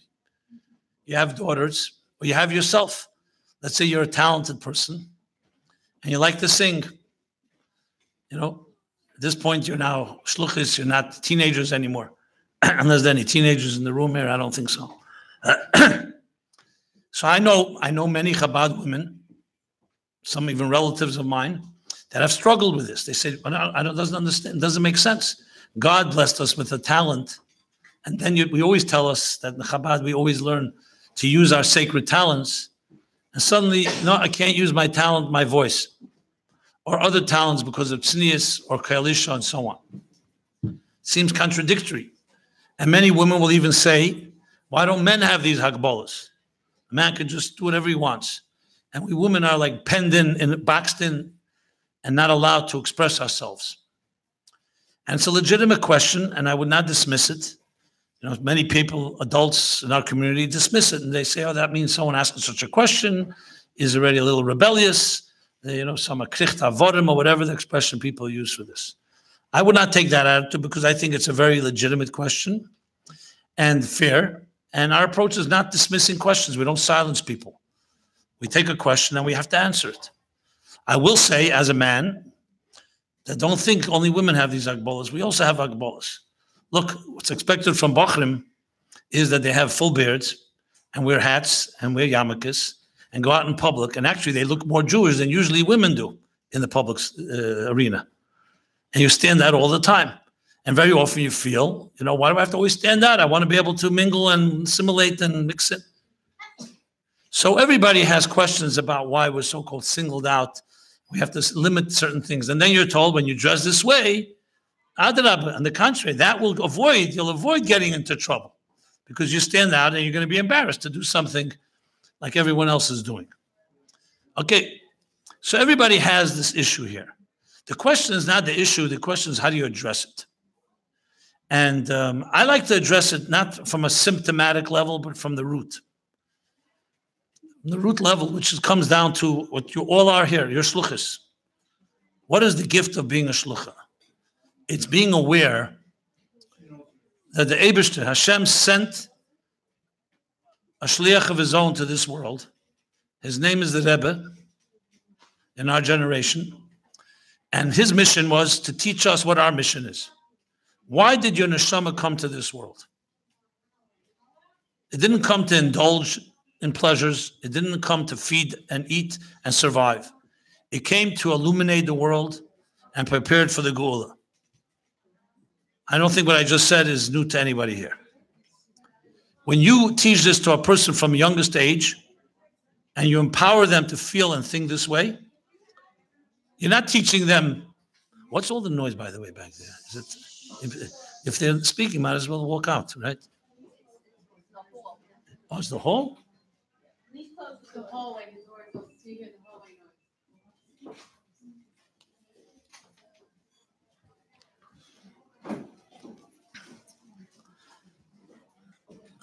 Now, if you teach this to a person, and this is essential Chassidus Chabad approach to life, you're not teaching someone you are inferior, you're weaker, you are provocative. You have to be tzniazdik and hide your voice or hide your talents. You're teaching on the contrary. Hashem chose you, sent you to this world to use your skills to change the world in some way. Now, the Torah gives us guidelines how to do that.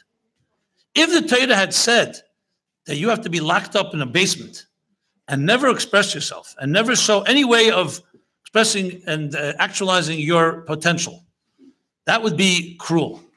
God bless us with gifts and talents and say, never use them. If you teach a person in a healthy way this attitude, then you preempt many of these questions.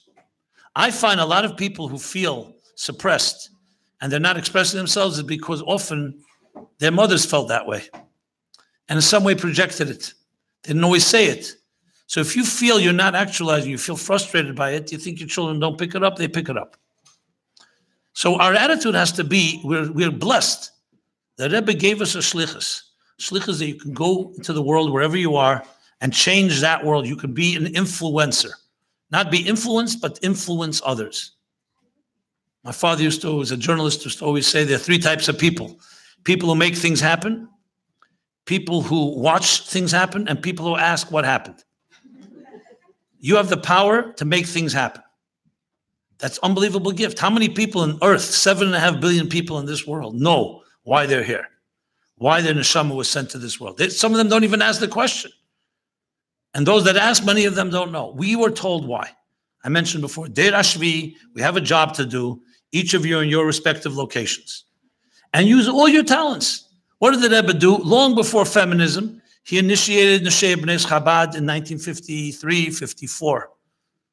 It wasn't like a response. There was no feminist movement then. Women actually were not considered to be equal to men. And the Rebbe said, absolutely, every shliach has a shlucha and they're partners. In every yechidus where a shliach or shlucha went into the Rebbe, always partners. The Rebbe never ever looked at the man and said, you're the ikir and the wife is the ezer kenegde. It was partners. I'll share the story where the Rebbe, a woman and a shliach and shlucha were by the Rebbe, and the Rebbe was listening to their issues. And as a matter of fact, very often that would happen. The man would go on and on with all his stuff, and the woman would stand there, and the Rebbe would stop him and say, I heard enough from you, I want to hear from your wife. Okay. So one wife, okay, the Rebbe is inviting her, so she spoke up. She said to the Rebbe that she's frustrated about something. That in their Chabad house, even though officially they're co-directors and they're partners in all good Zachen, however, when people come, is the man that's always the one that's seen as the leader. Sits at the head of the table. Everyone gives him compliments on his sermon, on his approach, on his classes. And yes, they'll say the food is good and you have a good wife and so on. But it's not with the same emphasis. So the Rebbe said to her the following. He said, it's true. They're doing the wrong thing. They should be giving you equal. if not more, credit. But the Rebbe said, this is the way of the world. You ever see when people come into a house, what do they compliment? They compliment the furniture, the curtains, the externals. Nobody ever comes into a house and says, wow, this house must have a very powerful foundation. Without this foundation, the whole building would fall apart. They talk about the externals because people are superficial and they focus on superficiality. A woman is a keres habayis, you're the foundation. Again, I'm not justifying it. You know, because people should be complimenting what makes this building stand. On what is it standing? The Rebbe didn't say this, but the joke goes, they say, the man wears the pants in the house, but the wife tells him which pants to wear. So you look at this, so you have to know what's going on behind the scenes. The point is that, I digressed a bit, but the point is that when you have that attitude of, I would say, feminine strength, the feminine mystique. And I grew up with women that were very powerful in my home, and they're never inferior, trust me. We were the ones that had issues. Not completely, but partially. So I saw it with my own eyes that it's completely possible. And I asked the women in my life, the people I know closely, family members and so on, I say, would the Kol Isha thing ever bother you? And some of them have beautiful voices. They say, no, you know why? Because I have my way to express it. It's not like I feel suppressed. So let's now go back to the Kol Isha with this backdrop.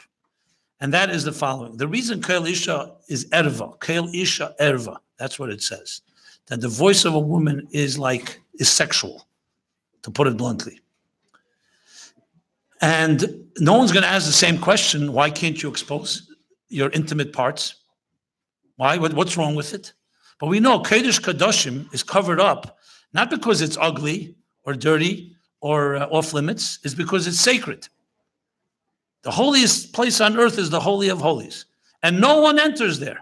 No one's allowed to enter. Yom Kippur, for a short while, the Kohen Gadol goes. Would anyone say Kodesh Kadoshim is the holiest? In a world that's profane and decadent and does not appreciate the subtlety and sensitivity of spirituality and godliness, yes, there are things that need to be protected. And a woman's voice, just like a woman's hair, says the same thing about the hair, has a certain power. Not an ugly power, on the exact opposite. It has the ability to touch a very intimate place. And as such, that's why great care is taken. Now you could say, what about men? Some men have beautiful voices too. It's a good question, but I'd like to leave that for another time because it's a separate discussion and so on. And anyway, as we all know, the issa is not on a woman to sing, it's the issa is for a man to listen to it. To you to sing, by all means, sing away. Doesn't say you're not allowed to sing or you're allowed to use your voice, but in the presence of men that are not your husband. Now, when explained in context, it can be explained very nicely. And not in context, it sounds like, oh, again, another way that they're suppressing women, you can't use your talents. Look, you are all walking, living witnesses and walking testimony to the fact that women are leaders. You're Shluchos. There's a Shluchos conference. There's not an addendum to the Shluchim conference. It's its own entity. Each of you in your community are powerhouses. You have built empires, each in your own unique way. Now, we may have, internally, we all have issues, gender issues, how was I respected as a child? Did I grow up in a community where the women were set aside? That's already something we could all work out. But I can tell you that's nothing in Torah or Chassidus that suppresses a woman from being the best she can be. Absolutely not. Now, that doesn't mean there aren't halachas. There are guidelines. But there are guidelines for everything. There are guidelines how to play piano. There's certain rules to the game. That's how it is. And there are guidelines for men as well. Man can't do everything either. Different guidelines, fine, different guidelines. But everybody has their parameters. Okay. What are some good one-liners for my husband to explain why he can't shake a woman's hand? First of all, why do you have to give him the one-liners? Let him find. If I may ask, he's coming to you again for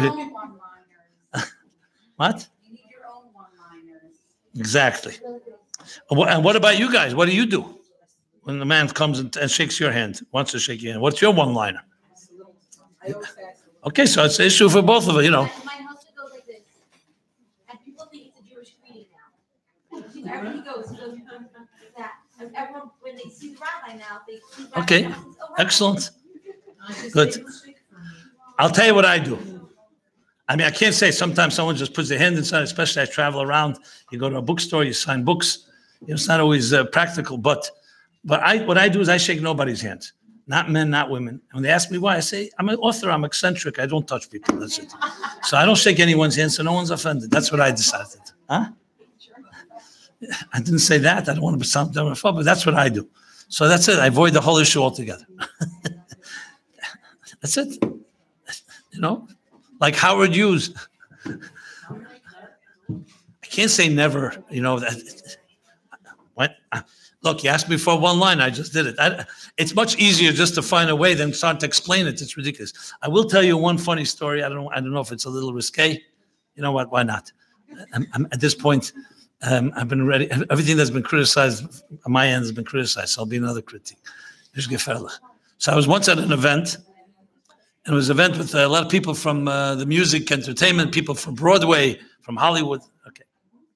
So there was this big, one of the honorees was a woman. Her name was, I forgot her first name, June Amsterdam was her last name, a Jewish woman. Anyway, she was one of the honorees. And she heard of me and she knew of me. I think she read my book. She comes over and she stretches out her hand. And people are watching this. She's like, and she's a celebrity there. She's not some.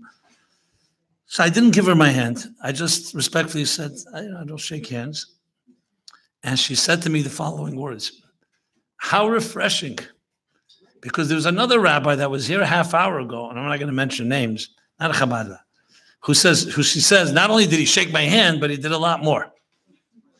I'm not going to go into graphic detail. So it's so refreshing. So once she said that, and she was a playwright, she was a writer, she was not a smart woman. So I said to her, you know, the reason is because for us, even a slight touch is sacred. You know, the world, everyone throws around the word, I love you, love, love, love, love. For us, even a touch is erotic. Even a touch is sensual. And she said, that's beautiful. I said, so you can imagine all of life is sensitive because God created this world. So her, I could explain it to her because I saw that she got it. To go explain that to every time you're in a situation, I don't think it's going to fly or work. But if you need it to explain, explaining is not that difficult. You know, I remember this whole Me Too movement that started, right? So right before that, if you remember, Mike Pence, the vice president, was laughed at by the liberal media because he wouldn't sit in a room with a woman that's not his wife without another person in the room. Yeah, he's not Jewish, but he's Christian. He would not sit with a woman that's not his wife without a third party. And remember, in the newspapers, they were laughing at him. Then a few months later, the Me Too movement. So I was speaking then. I gave a talk at the time. I forgot where it was. It was the secular group. And I remember what it was. I said, Me Too, that if you too are abused, one of the Me Too movement should be Me Too. I will also hire sexual standards and intimacy standards of my relationships. Because look at Mike Pence. That's the real rule. Why do you have to put yourself in a situation in the first place? If everybody followed Hilchus Yichud, and I explained what that is, I say, you could think, big thing, you're in a room with somebody. We're adults, we can't control ourselves. You see, look, if that people follow that rule, they would never have even come to situations like happened with Harvey Weinstein and the rest of them. And it was very interesting that a thing like this, suddenly people are realizing you can talk about, I never was able to talk about Hilchus Yichud without sounding like a prude and a primitive. But now this, everybody fully understands. Yes, it's sacred. The presence of a man and a woman in a room is a sacred thing. It's an intimate thing. Not a negative. I'm not talking about because people are animals and you can't trust them. It's a sacred thing. And the more sacred something is, the more careful you have to be. And it's not so difficult to explain if you're explaining it. But as I said, you go into a party, to an event, and start explaining to every person a whole drasha on sanctity of marriage and so on, it's not really practical. But if someone you know needs explanation, it's not that difficult to explain. You just need to sit down. And by the way, there's nothing wrong with telling somebody, if you're really interested, let's sit down, and I have a lot to tell you about this topic. Because you also show respect for the topic. It's not quick. We're not just these type of crazy religious people that don't touch anyone. There's a philosophy behind it. There's a psychology behind it. There's a depth behind it. And people hear that, they're quite surprised that we thought it through. It's not just this childish affairs or and so on. You wanted to ask something? I just wanted to add. Go ahead. From my experience, if you're very, very warm after the minute, a lot of times it's very uncomfortable and there's a coldness. I usually just say I don't shake, but I feel it in the heart. If you're extra, extra warm afterwards, it usually fixes up the uncomfortable feeling. Which is my. Okay. Like a lot of times if I'm with my husband, someone will extend his hand to me and I'll say, oh, for religious reasons, I don't shake hands. In a way, I want them to know that it is religious reason, not that I'm just whatever. But my husband will say, but you know what, I'll shake your hand twice.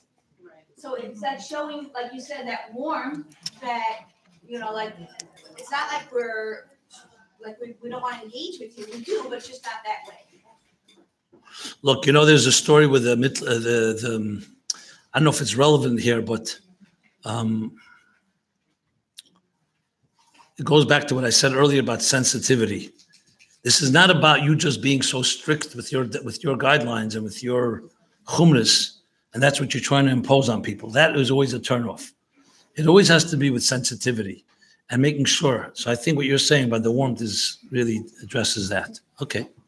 My daughter-in-law once Paul McCartney. He's one of the Beatles. Is one of the Beatles. Who's the Beatles? The Beatles. It's all right, sir. When he walked into the building. If we know who the Beatles are, we'll know who Paul McCartney is. That's my point. My son, I knew but my son whispered. He said, "Everybody's saying Paul McCartney's here, Paul McCartney." So my son said to my other son, "Paul McCartney's here." He goes, "Who's Paul McCartney?" He goes, "I think he's somebody really big in the White House." But he is a famous singer. But back in the 60s, when I was so little, they were very, very big, and women used to just like jump on them, and it was like whatever. So he came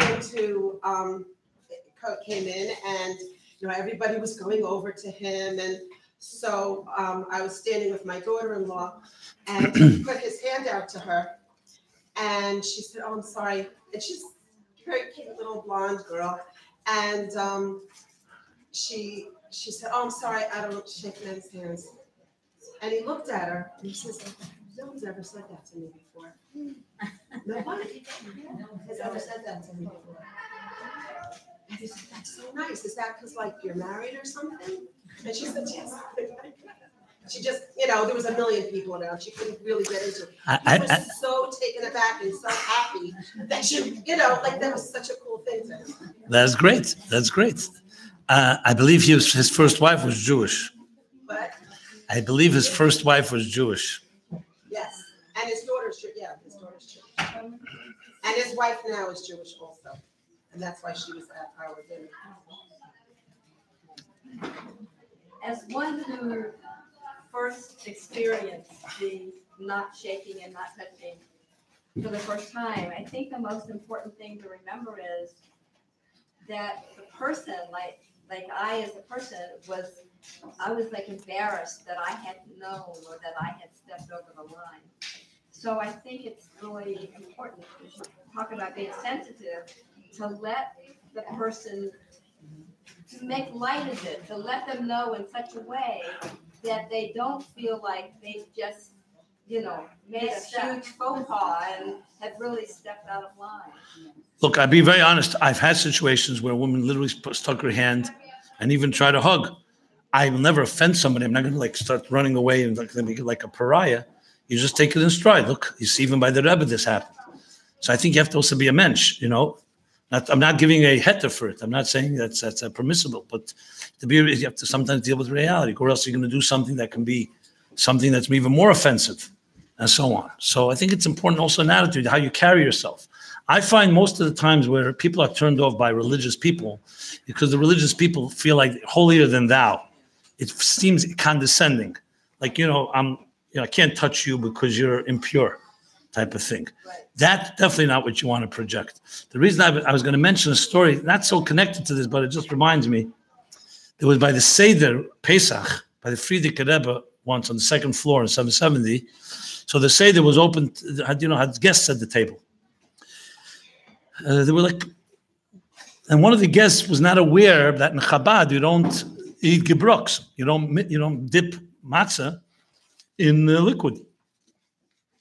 During the meal, he dipped his matzah in the borscht. There was borscht, beet juice, whatever you call it, beet soup. He dipped the matzah into the soup.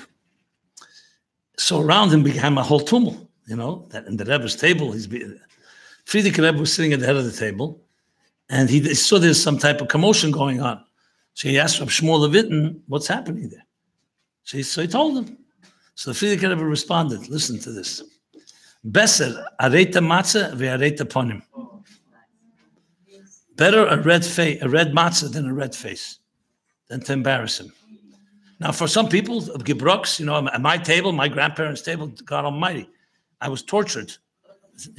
Even if I thought of bringing a fork to the table or something. We won't get into the abuse that we all endured by some of our by the religious zealots in my family. So you never want to become this holier than thou. On the contrary, this is maybe an aside, but it's also a question that I received today from someone. Whenever you're dealing with, let's say, issue, I'm just bringing up another question since we're on the topic. Like parents who come to you and say, my children have become more frum, they went to yeshiva for the summer, or went to summer camp, and now they don't want to eat from my food, and they don't want to come Pesach home, and it's creating a rift in our family. It's a big question. And you don't want to say, 1 second, they shouldn't be that religious. It's a critical thing to understand that Yiddishkeit is supposed to make us more refined, not more obnoxious. And if children, adult children, or anyone, because of religion, it appears to the family that you're more obnoxious, then it's a chil Hashem. If they see that you're a more sensitive person, you come to your mother and say, you know what? I went for summer and I want to do Pesach. You talk with love, guaranteed your mother will want to do it the right way with you. But if it comes like you're judging her, you're basically making a statement that you guys are doing it all wrong your entire life. Nobody wants to hear that. No parent wants to hear from a child that I'm not religious enough for you. So it's, again, not what you say, it's how you say it. Always sensitivity, love, kindness. That's the derech haTorah. Darcheh darkei neyam v'chol nesiv yisrael shalom. Everything in a calm way, peaceful way. You can achieve a lot more than going with gvura and strength and say, no, I'm religious, I'm not coming Pesach, I'm not eating from your food. Just as okay. Any more one line? Let's move on. When helping out a community member with a shidduch, whose job is it to tell the other side that there's a medical condition? The shliach of the community, the bocher himself, the shadchan. Okay, actually, just a few weeks ago, this was a big topic I was addressing about what we're supposed to tell, what we're not supposed to tell, who's supposed to tell, what stage you should say. So I see this question is really posed more from a Shlichus point of view. So let me just say this. So first of all, let's just talk about what the issues are. There's a din called Lifnei Iver Leisitin Michsho. You should not place a stumbling block before a blind person.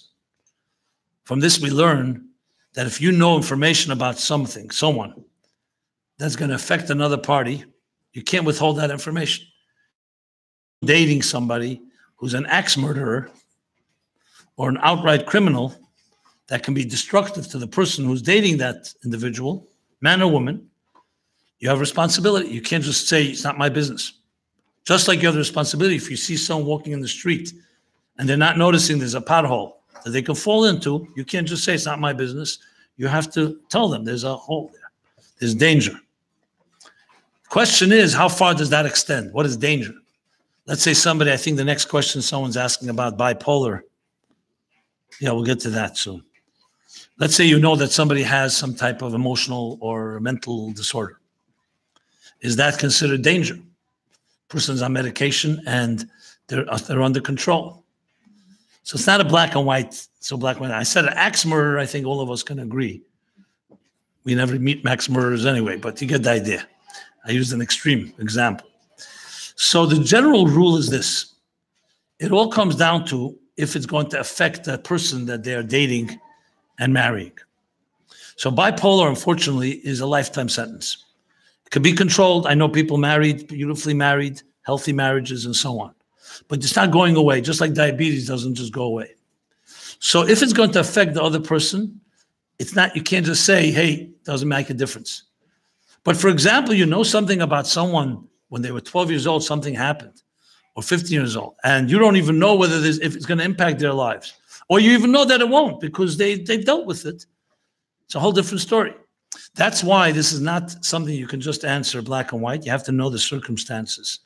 So first, you have to establish whether there's something that has to be shared. Not everything has to be shared. Because I find many times people start sharing things. Every one of us has flaws. So imagine someone from your class decides to share everything that happened in the dorm with you. And not necessarily anything really serious, but as soon as you start saying negative things, of course you're going to throw cold water. Who's going to say, I don't want to marry a person like that? So you have to be also, discretion has to be used, not just what to say, also what not to say. Not everything is relevant. Even within marriage, as close as a husband and wife are, every time one of them has some negative thought, they have to share it in the name of openness. Who says? If it's under control and it's not something that's affecting the other party, necessarily has to be shared. So, but what about situations where it is going to affect? And you know. So the question is here, whose job is to tell? I would generally believe that the job should be the person who's dating. They should be saying, at what stage they should be saying, that's a question. Some people say that you should not wait till people are ready about to get engaged, because that's not fair. If there's something that's going to affect the other person's life, I'll give an example. Let's say a fertility issue. That doctors have told of the woman or the man, for that matter, that they may have a fertility, maybe a suffix. Do you say that before start date? Not necessarily. First of all, it's a suffix, you don't know. But do you say that the last date? Also not. So at some point when things are getting a little more serious, so most of the consensus is at that point you should share it because you want to be honest and transparent. And the risk is that the person may pull out. They may pull out. That's life. To say it beforehand, then you're just going to put yourself in a situation where many people say, why do I have to go there, even on a doubt? So there's different circumstances, different situations. I would say the responsibility lies mostly on the person who's doing the dating, and they should be encouraged. They should talk to someone. Because if it's going to come from an outside party, it's always going to be worse. Like if you hear someone's dating and they're not telling the party about something that's going on, that about them, is it your job to say, hey, by the way, I know you're dating this person. I want to let you know this person is this and this. I don't know if that's an appropriate thing. I would go to the guy or to the girl and say, I'm close to both of you, and I think the time has come. You should share it. I don't think you should go over someone's head. As far as before shidduch, meaning before they start dating, and we all deal with this. People call me. If I know something really negative about somebody, I usually won't say it, but I'll say enough that they'll realize I'm not giving an endorsement either. You have to be wise. You don't have to always blab about everything. Not everything is, especially if it's a confidential thing. You have to always talk. But there's ways to say it. You could say, I don't know if it's compatible. I don't know if this is the right one for you. You don't have to necessarily expose the person's issues. If it's something that's not so critical, meaning, so then you have to rely on the process. At some point, things are said, just like in any dating process. And again, you should always get objective advice in these matters because there's no two cases that are the same. Okay? Now, just in general, parents, in many ways, a shliach or shlucha are like parents when it comes to shidduchim because these are people in your community. So think of it, what are the parents' responsibility? We all know that when you're dealing with your own shidduchim, meaning your children, your job is basically really just to do research. You're not here to make a judgment call on the person. Let your child make that judgment call when they date. You want to make sure there's no red flags, there's no serious issues. You just want to make sure you want to make sure that the basic bases have been covered, that the person can date without too much issues. But there's a lot of other, God has mysterious ways. I know many people, parents are so controlling, and every little thing, they don't let their child date. They end up closing off the doors to many good people. Because as I said, no one is perfect. Okay. Do you want me to continue on, everybody? Okay. Just one question, just take a 1 minute break.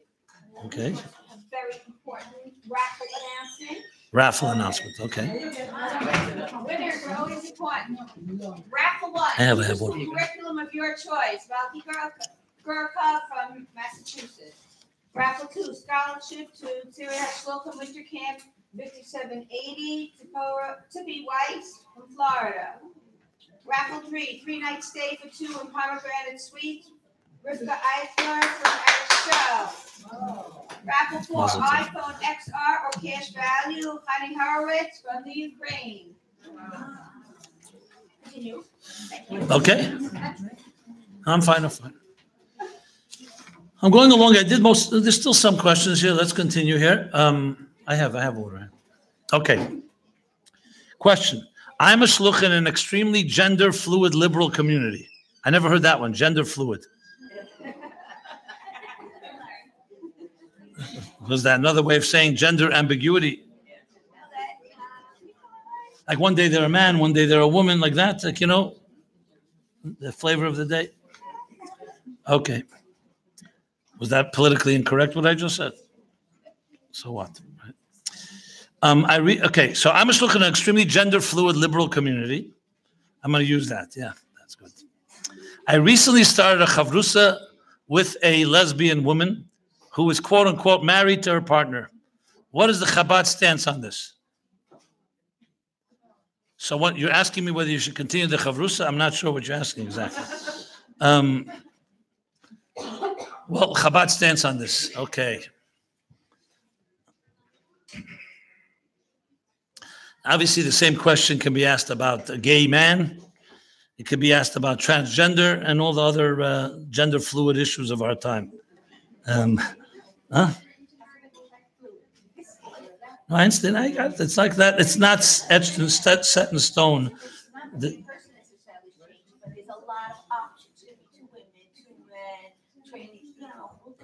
I think we understand. You don't have to explain. We're all pretty familiar with the situation. Okay. Unless some of you thought it's only in your community, you know, it's everywhere. Okay. Okay. There's halachas. What the Chabad stance on this is, she has a chavrusa with a lesbian woman who's married to her partner. So what's Chabad stance? Fine, it's a good question. It's a question. Let me address it. I'll address it from every angle I can. Okay. I can't tell you, I'm not going to be Pirush Rashi on some Shluchos question. I'll respond to it as I understand. There's different angles. Let's just talk about the whole picture here. It's a reality in life today that we have in communities. You have same gender relationships. What should be our attitude? They come to shul, they come to classes, they come to Rosh Hashanah. That's a fact. So I think it's pretty clear that everybody understands we don't throw them out. Let's start with that. First of all, we don't even ask the question. It doesn't say we have to stand by the door and say, do you keep Shabbos? Do you eat kosher? Are you married? Are you gay? We don't ask these questions. And there's nothing wrong with not asking. It doesn't say anywhere in the Torah that you have to ask somebody who comes to davening that type of question.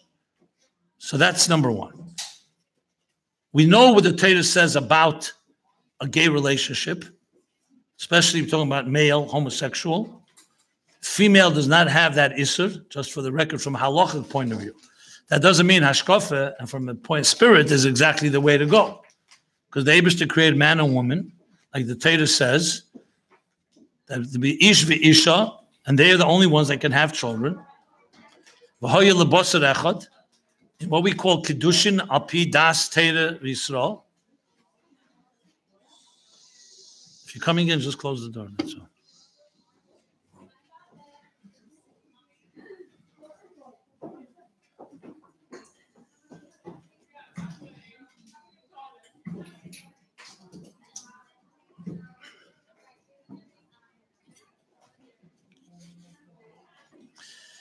So the Torah, as stated how God wanted the world to work, is a man and a woman should marry each other and build a beautiful family in a sacred way.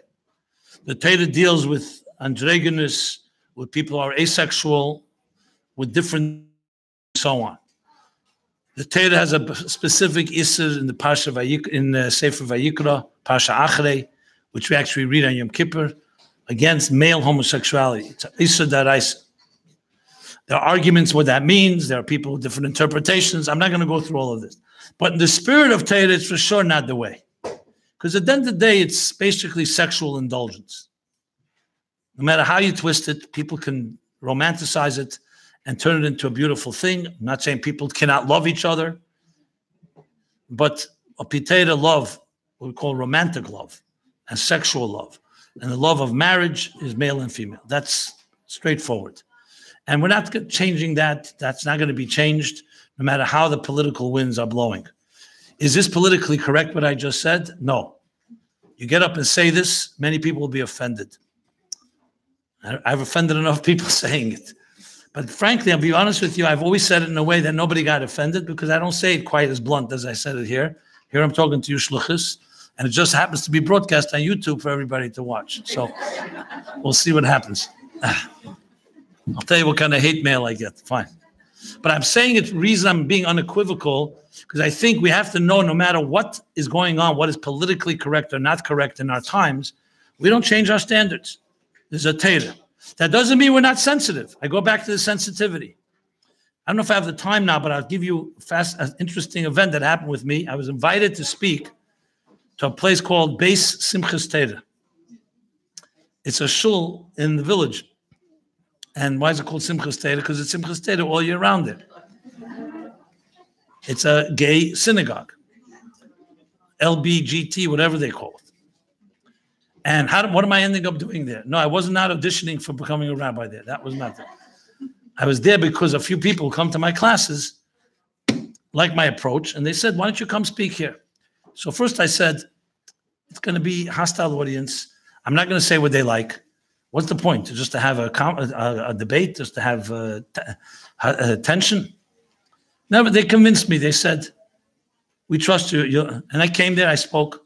An interesting thing, though they did not like what I said, but I said it in a way which was very sensitive, and I think I should share it maybe because it may be helpful to you in addressing this. And I'll go back to the question, but I think this will help answer the question as well. I'll just be very brief. It was an hour talk. And I started out, I said, I'm going to be straightforward here. I'm not here to come to mince words. I'm coming from a Torah perspective. Every conversation needs to have axioms, called muskolas rishenis. These are my axioms. You may completely disagree with my axioms, but they are my axioms. Axioms are the given, the assumptions that I have here. So this conversation that we're having today is not about my axioms. It's about once I have these axioms, therefore, and here are the axioms I said. And I don't mean to be personal. I'm not personal. I'm not here to tell you what to do. I'm not here to tell you what not to do. I'm not judging you. I'm not your rabbi. I'm presenting a Torah perspective on the issue of homosexuality. And let's talk about it academically. That's how I'll discuss it. And I said, here are my axioms. God created the universe. God created the human being. God created sexuality. It's not man-made. And God, who created it all, knows best how life and sexuality should be exercised and how it shouldn't be exercised. That's an axiom. You could say you don't believe in God. You could say you don't believe that God gave us rules.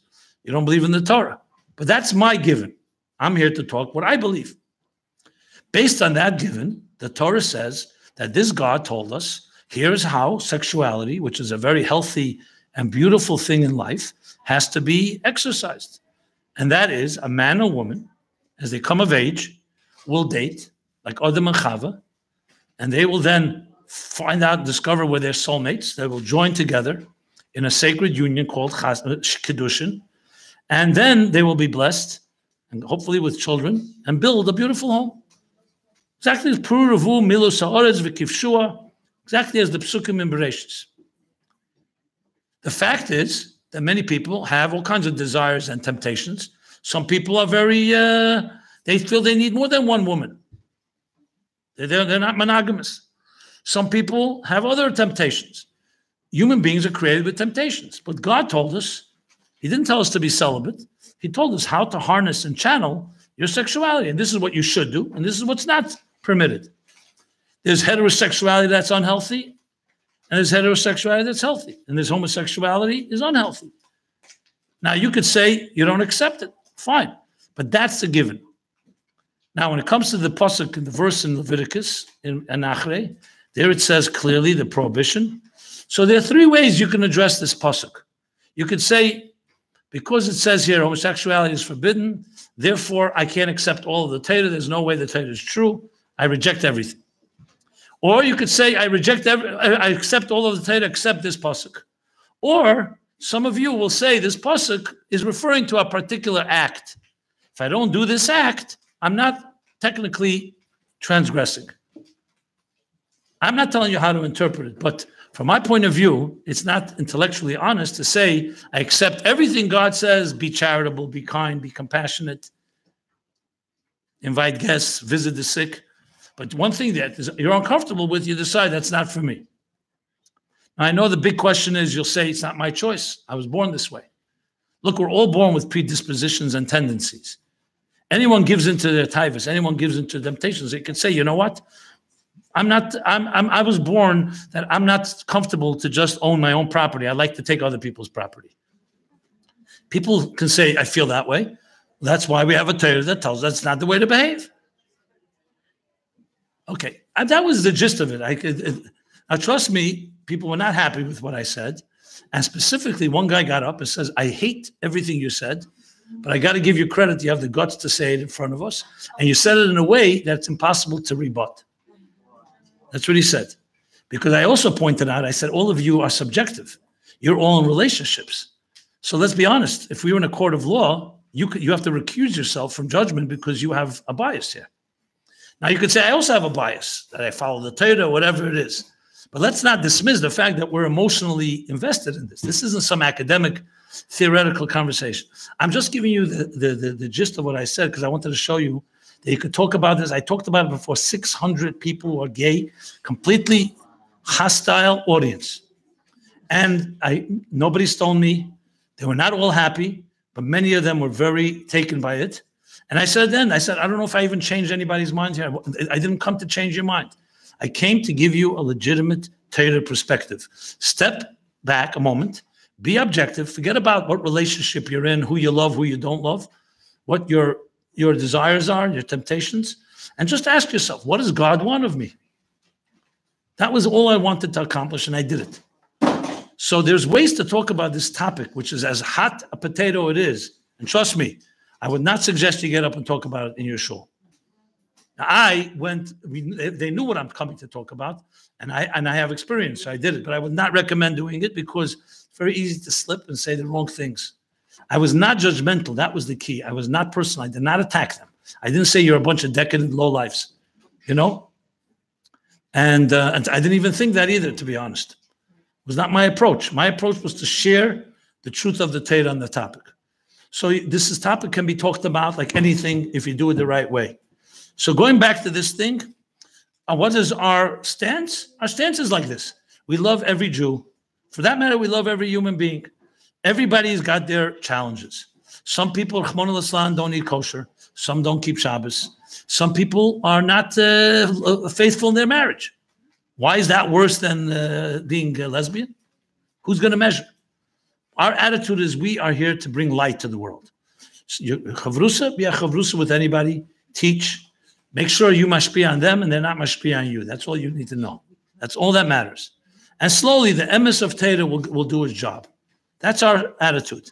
And we don't judge and we don't come to any determination. I can't learn with you because you're lesbian or you're not lesbian and so on and so forth. If you start with that attitude, you're not going to end up learning with anybody because everybody's got stuff. And frankly, if they start looking into your skeletons, you may also have stuff. So then what's going to happen then? So I think that's the general attitude, and that's the response to that. Can I ask a question? Sure.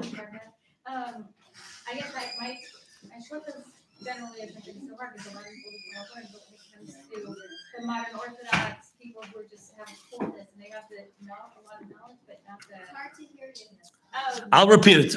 Just say that. They have a lot of the knowledge, but just have this very negative, prove this, prove that, why this, how do you deal with that? It's not really. Okay, so it's another question that's here. I'll repeat the question. It's a very good question. Tell me if I accurately convey what you said.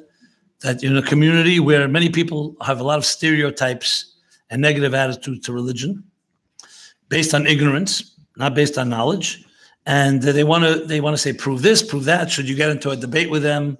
How should you approach them? Right? Good. Okay, this is every one of us deals.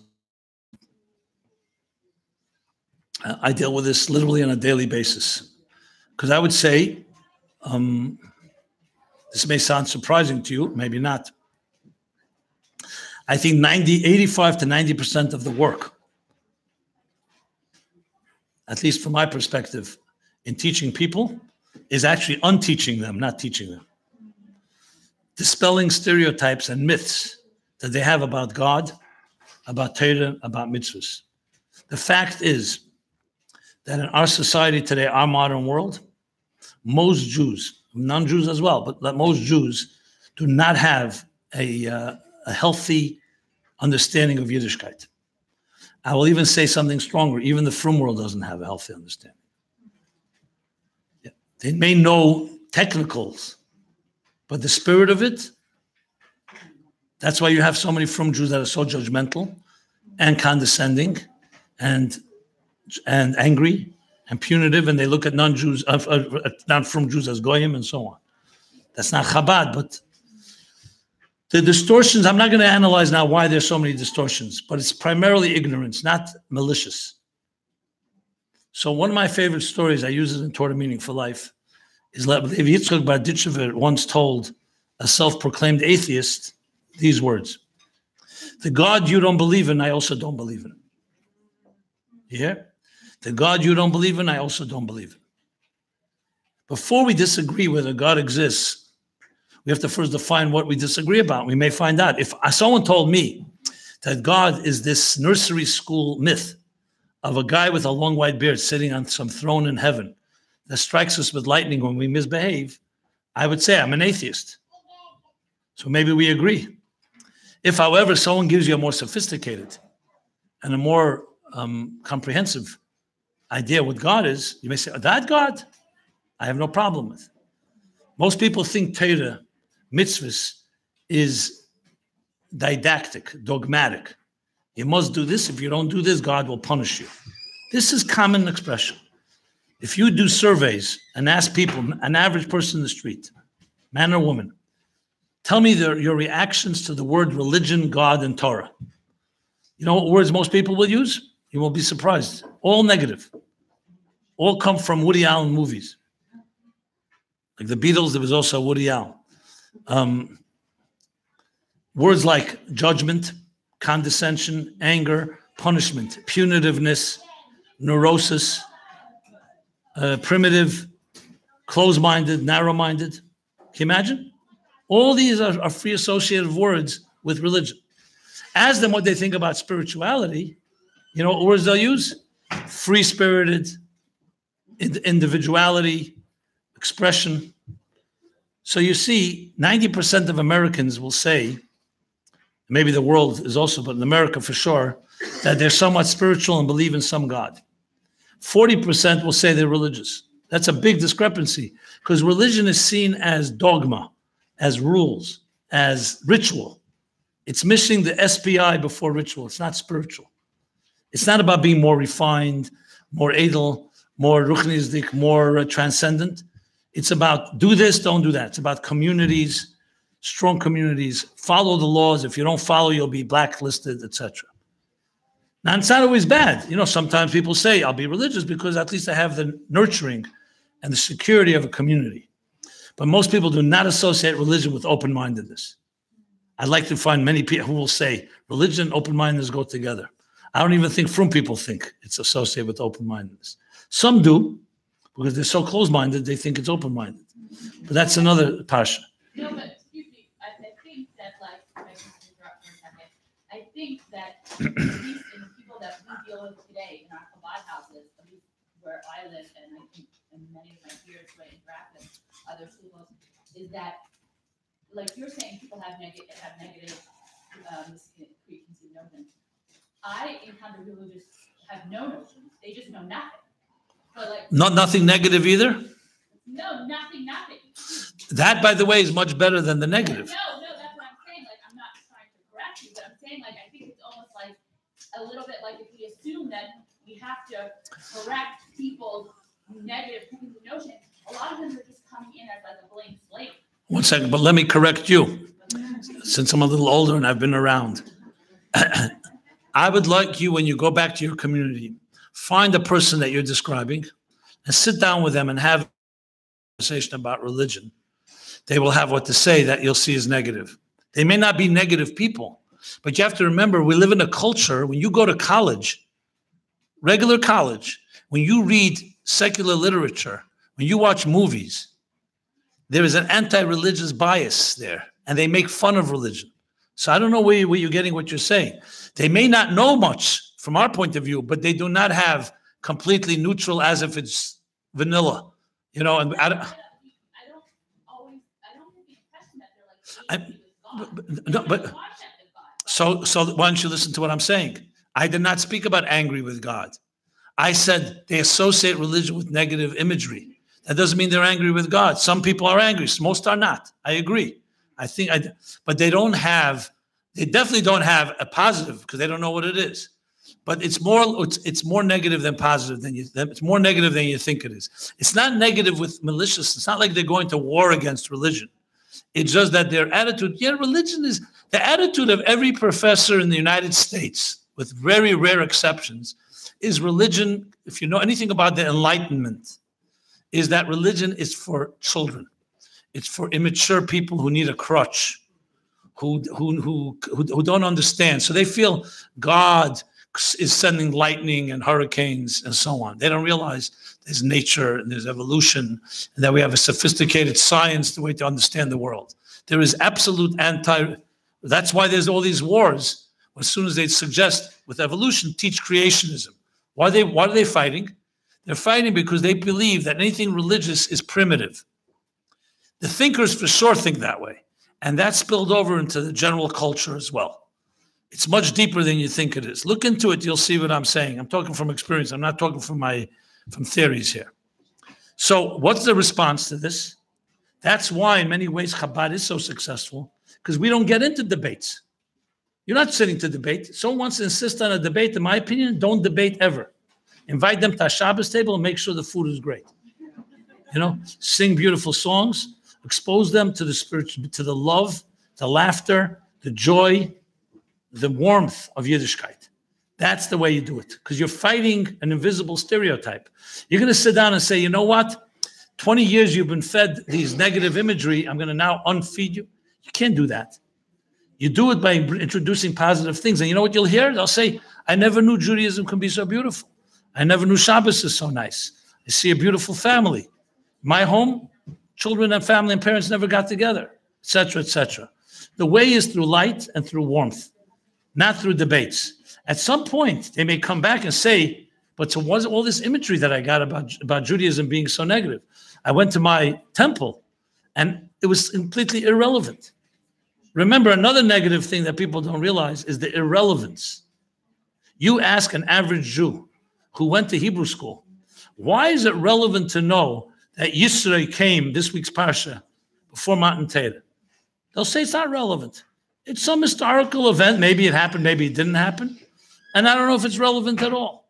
So if it's irrelevant, that alone tells you that's already negative. That means, so you're sitting Shabbos and listening to every word in the Torah as if it's all some holy book.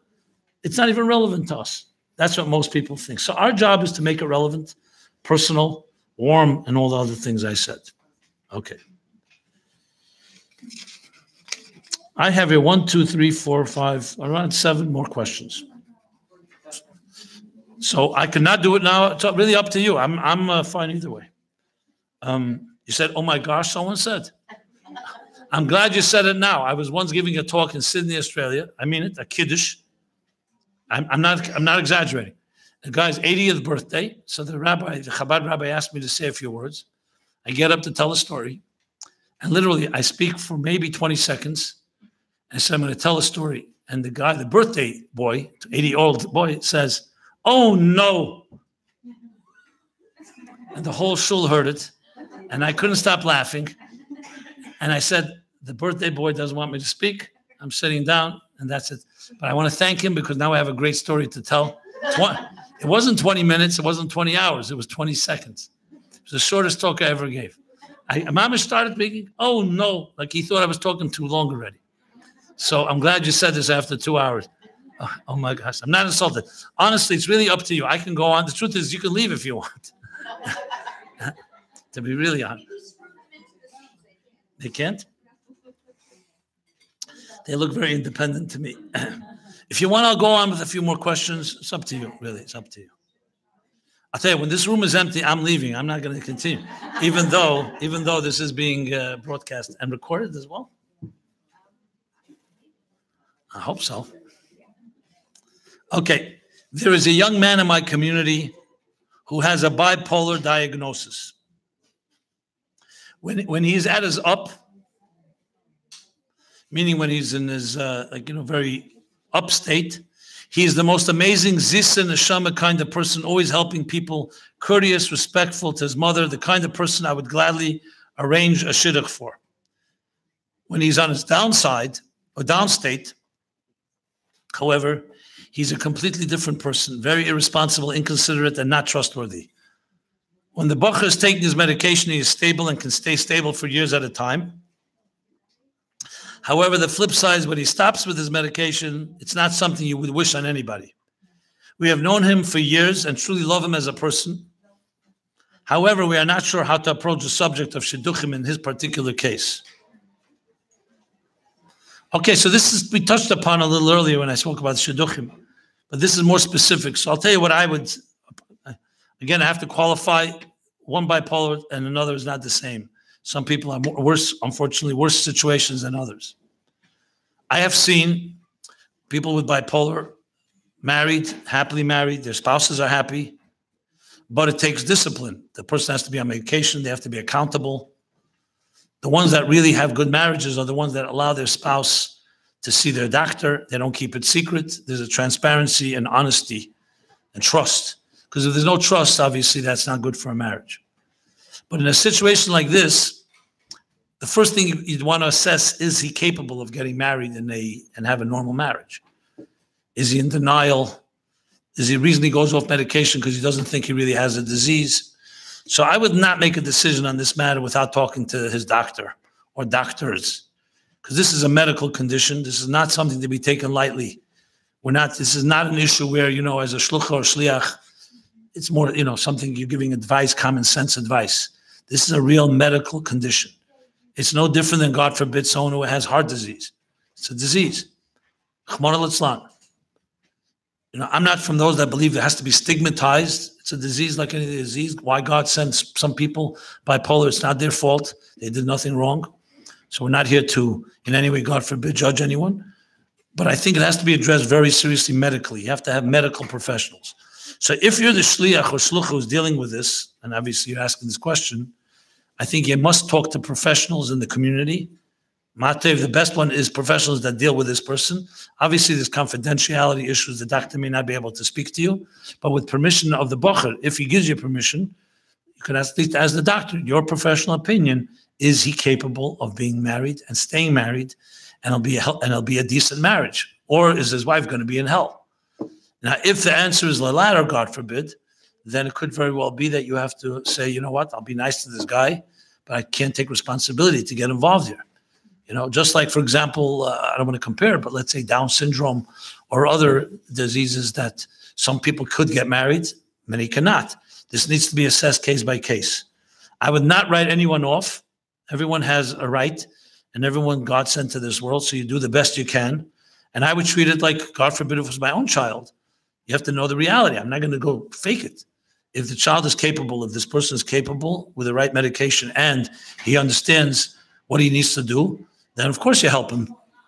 If he's not, and I'd rather not say if he's not, but just for argument's sake, the worst scenario, then you have to also be very responsible, because you can't lie to another person and put a woman, I guess this is talking about a guy, bacher, you can't put the other person in a compromising position just to get him married off. That's not appropriate.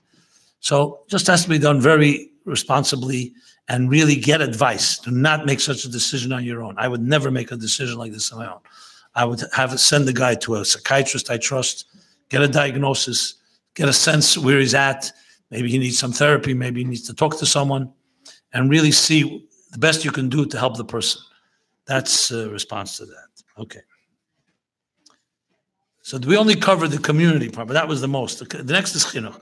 What is the Rebbe's view on how to teach Parsha and Chumash with or without all the non-child friendly stories? Gloss over them, skip them. Okay, this is a question that actually happened with the Frierdiker Rebbe's daughters. 3 daughters. So the Rebbe Rashab was, of course, around, and they were looking for a tutor to teach these 3 girls, Chana, the Chaimushka, and the Shena. And the Rebbe Rashab asked one question to everyone who was a candidate: how will you teach the children about Akedas Yitzchak? Akedas Yitzchak would be considered this non-child-friendly story. A father's about to offer his son as a korban. So when one teacher said, obviously I'm going to skip over that because I don't want to frighten the children. So they immediately rejected him. The Rebbe told the story a number of times and said, halavai adults should have a munah pshuta like children. We shouldn't be projecting our skepticism. So the answer is very straightforward. There's no such thing as skipping anything in Teda. Teda is Tedas emes. Now, obviously, there's certain psukim that talk about things that are adult matters. You have to know how to say it with discretion, but you don't see we skipped it. As a matter of fact, every Rashi our teacher skipped is the only ones I know. Because I made sure to figure out why did he skip that. So bottom line is, we teach Teda. Teda's emes, the Eibishter's Teda, Hashem's Teda. Whether it's Bereshis Bara Lekim, or the story about Akedah, or about anything else, Yehuda and Tamar. I mean, frankly, to me, the whole Teda is controversial. Cain kills Hevel. Noach's children castrated him. Lot and his daughters. It's on Asaf. Yaakov and Esav, right? Lavan. Yehuda and Tamar. The Shvatim almost kill, and they sell their brother into slavery.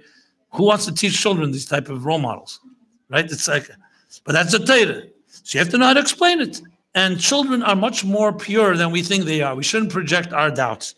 So the answer is, we teach it kemuvan, chanech lanar pidarke, in language that's fitting for children, with Rashi and so on. And you explain, and if there's something controversial and children ask a question, by all means, we don't run away from issues. You address it. Obviously, some things we tell our children, when you'll grow older, you'll understand, which really is just an evasive answer. The Rebbe once said by Farbrengen that when he was a child, he asked the question, what's Atzei Gefer?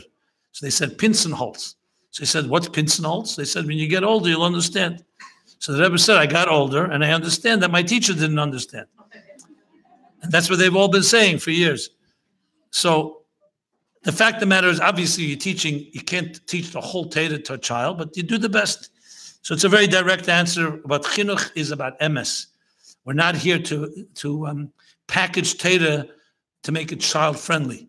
You make it user-friendly, meaning accessible, but we're not going to tinker with it and change stories or avoid stories because they may be a little controversial. Has the Rebbe ever given guidance to parents on how to explain serious life-threatening or very life-changing illnesses? Either that the child themselves are experiencing or someone else or someone close to them in the family? Okay, yeah, the answer is yes. I just saw an answer from the Rebbe, trying to remember. Oh yeah.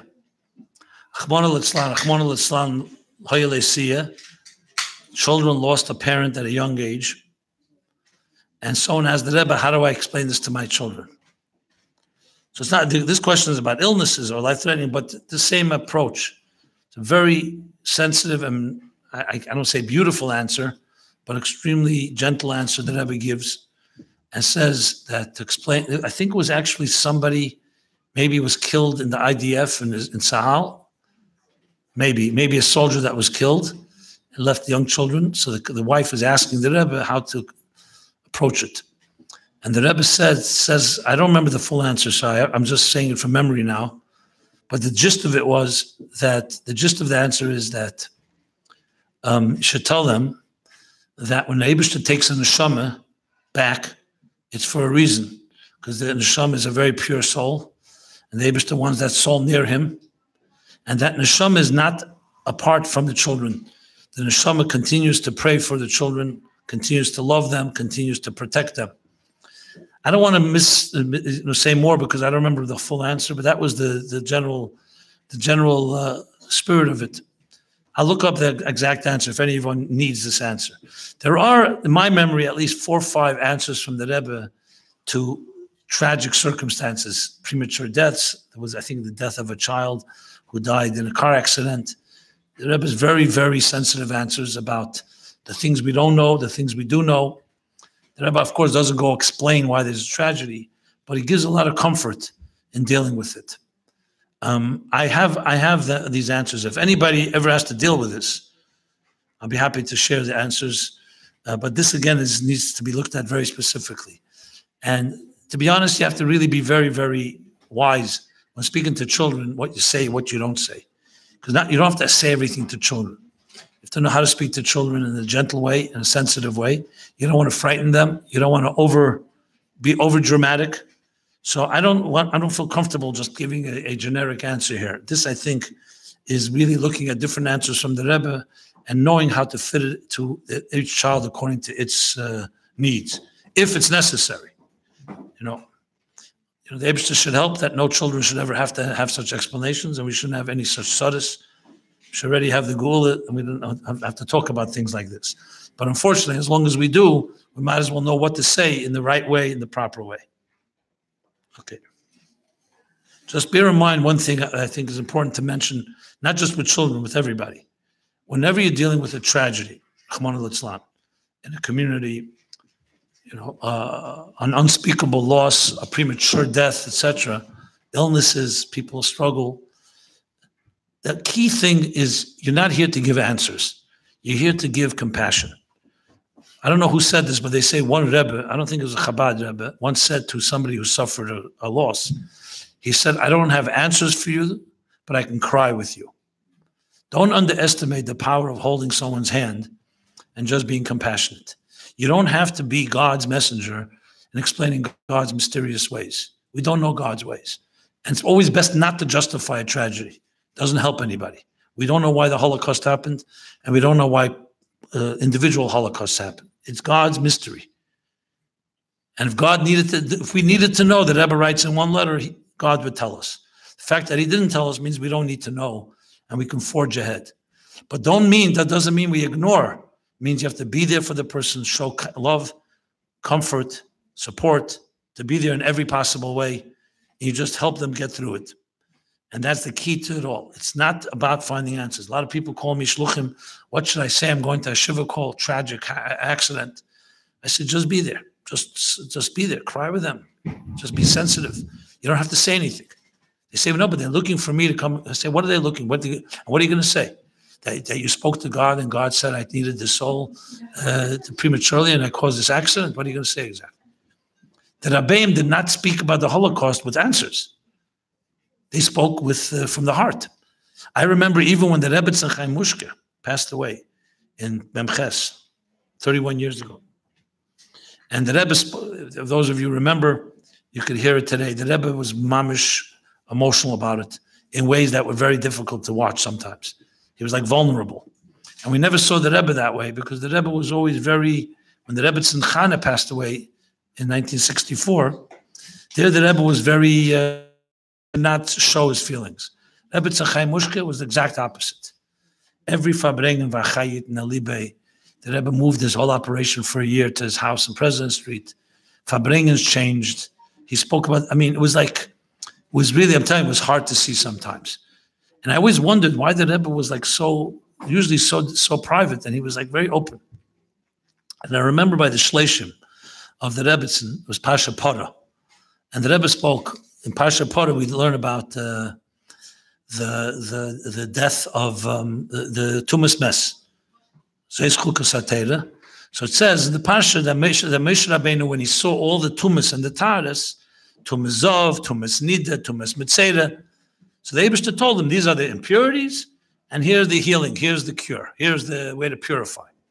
It came to Tumas Mes, meaning the tumor of death. It says, Niskarkam upon of Shalmesha, Moshe's face became ashen. Some says yellow, green. It became it became very disturbed. Began to tremble, and he said to the Eibishter, to Hashem, B'meh tehei ta'arosei. How will this be purified? And I remember the Rebbe quoting this. And the Rebbe said, why was Moshe disturbed suddenly? Hashem is God. God can do anything. Just like God gives, he takes. Just like he takes, he gives. Just like he causes things that are impure, he can give us ways to purify. Just like he creates disease, he gives us the healing. So why was Moshe disturbed? And the Rebbe said these words. I remember. It's printed. The Rebbe said, Moshe Rabbeinu was Chochmeh Atzilus, and he for sure he knew all the Biurim and Chassidus. That's what the Rebbe said. You can see the Rebbe was speaking about himself. All the Biurim and Chassidus, you read it, Tzerech Aliyah, that every descent is an ascent, the Neshama is Nitzchias, the Neshama never dies, the Neshama goes on. With all the Biurim he knew. And yet, why was he disturbed? Because it was not intellectual for him. Even when you understand everything, basically the Rebbe said not these words, but the Teichen, a brilliant mind cannot speak to a bleeding heart. They're not the same language. And Moshe's heart was bleeding. It was broken because he saw the pain of death. He wasn't being academic and abstract about it. And the pain of death is, even if for a second there's a separation between body and soul, that was enough disturbing for him. So it wasn't just another tumor. That's why the Eibishter had to say to him, and console him, comfort him. When the Rebbe was speaking, it was very clear he was speaking about himself. That all the biyurim, and the Rebbe is a tzaddik. You know, when we cry, you could say, because we're simple, small people. So we cry over losses. And the Rebbe knows, sees on neshama, and the Rebbe is on neshama yid. And still the Rebbe was saying, Moshe Rabbeinu cried, and so am I. And I always felt, I mean, I'm saying it already since we're talking on the topic. A few years later, a number of years later, my father passed away 14 years ago. And I never forgot these Shlichus from the Rebbe. And I could say this, that the Shlichus gave me a lot of strength. Because I said to myself, if the Rebbe can cry, and the Rebbe can openly be vulnerable, then it gives you strength. I felt for some reason the Rebbe was giving us strength, that even should we ever have to endure or go through, Rahman al-Islam, a difficult time, the Rebbe is like saying, I'm with you. Not that I'm like you, but I'm with you, and you can learn from me. So if you ever have to deal with these situations, there are plenty of material. Not give us answers, but give us strength, give us comfort. So I just wanted to throw that into this. MyLife once came to our community when we had a whole bunch of losses consecutively, and especially with children. And they said that they were talking about how to pay shiva calls to these people, especially losing a child. And he said that he was talking to a man who was sitting shiva for his child, and he said the most comforting person who came to him was someone he didn't know. It was an older man, and he just walked in and he sat right in front of this person. He didn't know him, and he just cried and cried and cried. And then he got up, he said, welcome, and then he just left. And he said that was actually the most comforting person that was there. And I elaborated, unfortunately, thank you. I elaborated because unfortunately we have to deal with this as part of our responsibilities. I'd rather not talk about it, obviously, and not have a need to talk about it, but we have to have ACs for this as well. So I hope this is helpful. But suffice it to say, there's a lot more to say on this. There is material. If anybody, again, is dealing with situations like this, contact me. I've actually a whole file of letters and nichum avelim from the Rebbe that they're very powerful. And every time I know I send it to people, it's very comforting. I'm not saying this to plug my book, but the chapter on death and grieving in Torah Meaningful Life, I know a lot of people use it for shiva calls. It's very, very helpful as well, because it gives perspective on what the neshama is, where the neshama goes, to understand that there's more mystery here than it's not just, it's over. That there's a journey that continues, as painful as it is. Okay, we'll make a short little break between a painful subject to the next one. We know that whatever our babies see and hear have an effect on them. And we only have kosher, holy things around them at home. Am I sacrificing my baby's purity by taking them to local moms and babies' music classes with classical music, or library sometimes, to get to know and hang out with other Jewish moms? Okay. Practical question. So you all know this is based on a sikha from the Rebbe, Chav Cheshvan, Tavshim Mem Daled. When the Rebbe came out and spoke then about being careful what type of toys and objects to give children should be kosher animals and so on. Now, just to make it clear, when you read the Sikha, the Rebbe was not talking about going to a zoo. He was not talking about learning in Chumash. We learn in Chumash about a lot of animals that are not pure. And you even have Chumashim with pictures on it. But there you're learning Torah. We're talking about leisurely, where you have an option. Should you give them a rubber octopus or a rubber chicken? Okay. So it's more the spirit of it, that as much as possible, we surround our children with holy environment. And again, the Rebbe did not come to make it so extreme. A lot of people come to me and start, questions. What about if it's a chicken that looks like a mouse?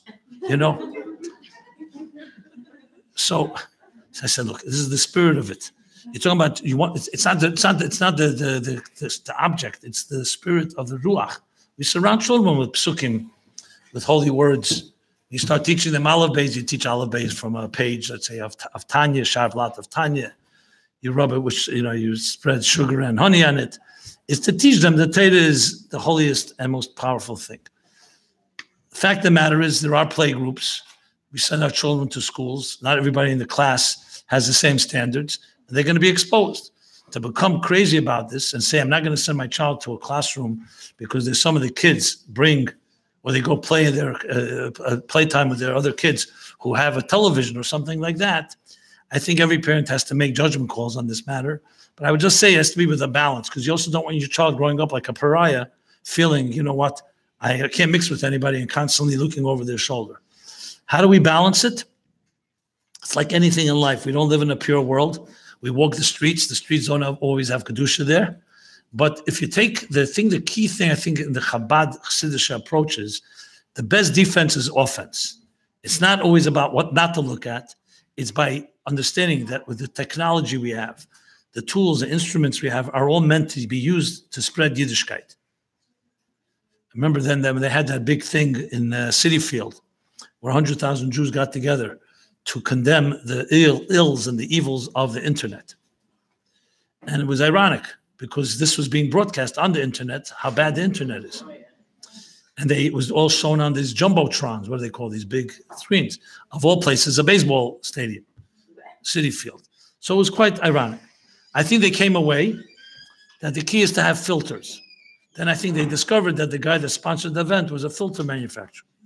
Okay, I'm not trying to be cynical, because by all means, if it helped, great. But I remember speaking to a few Rabbonim afterwards, not Chabad, Litvish Rabbonim, who I'm friendly with.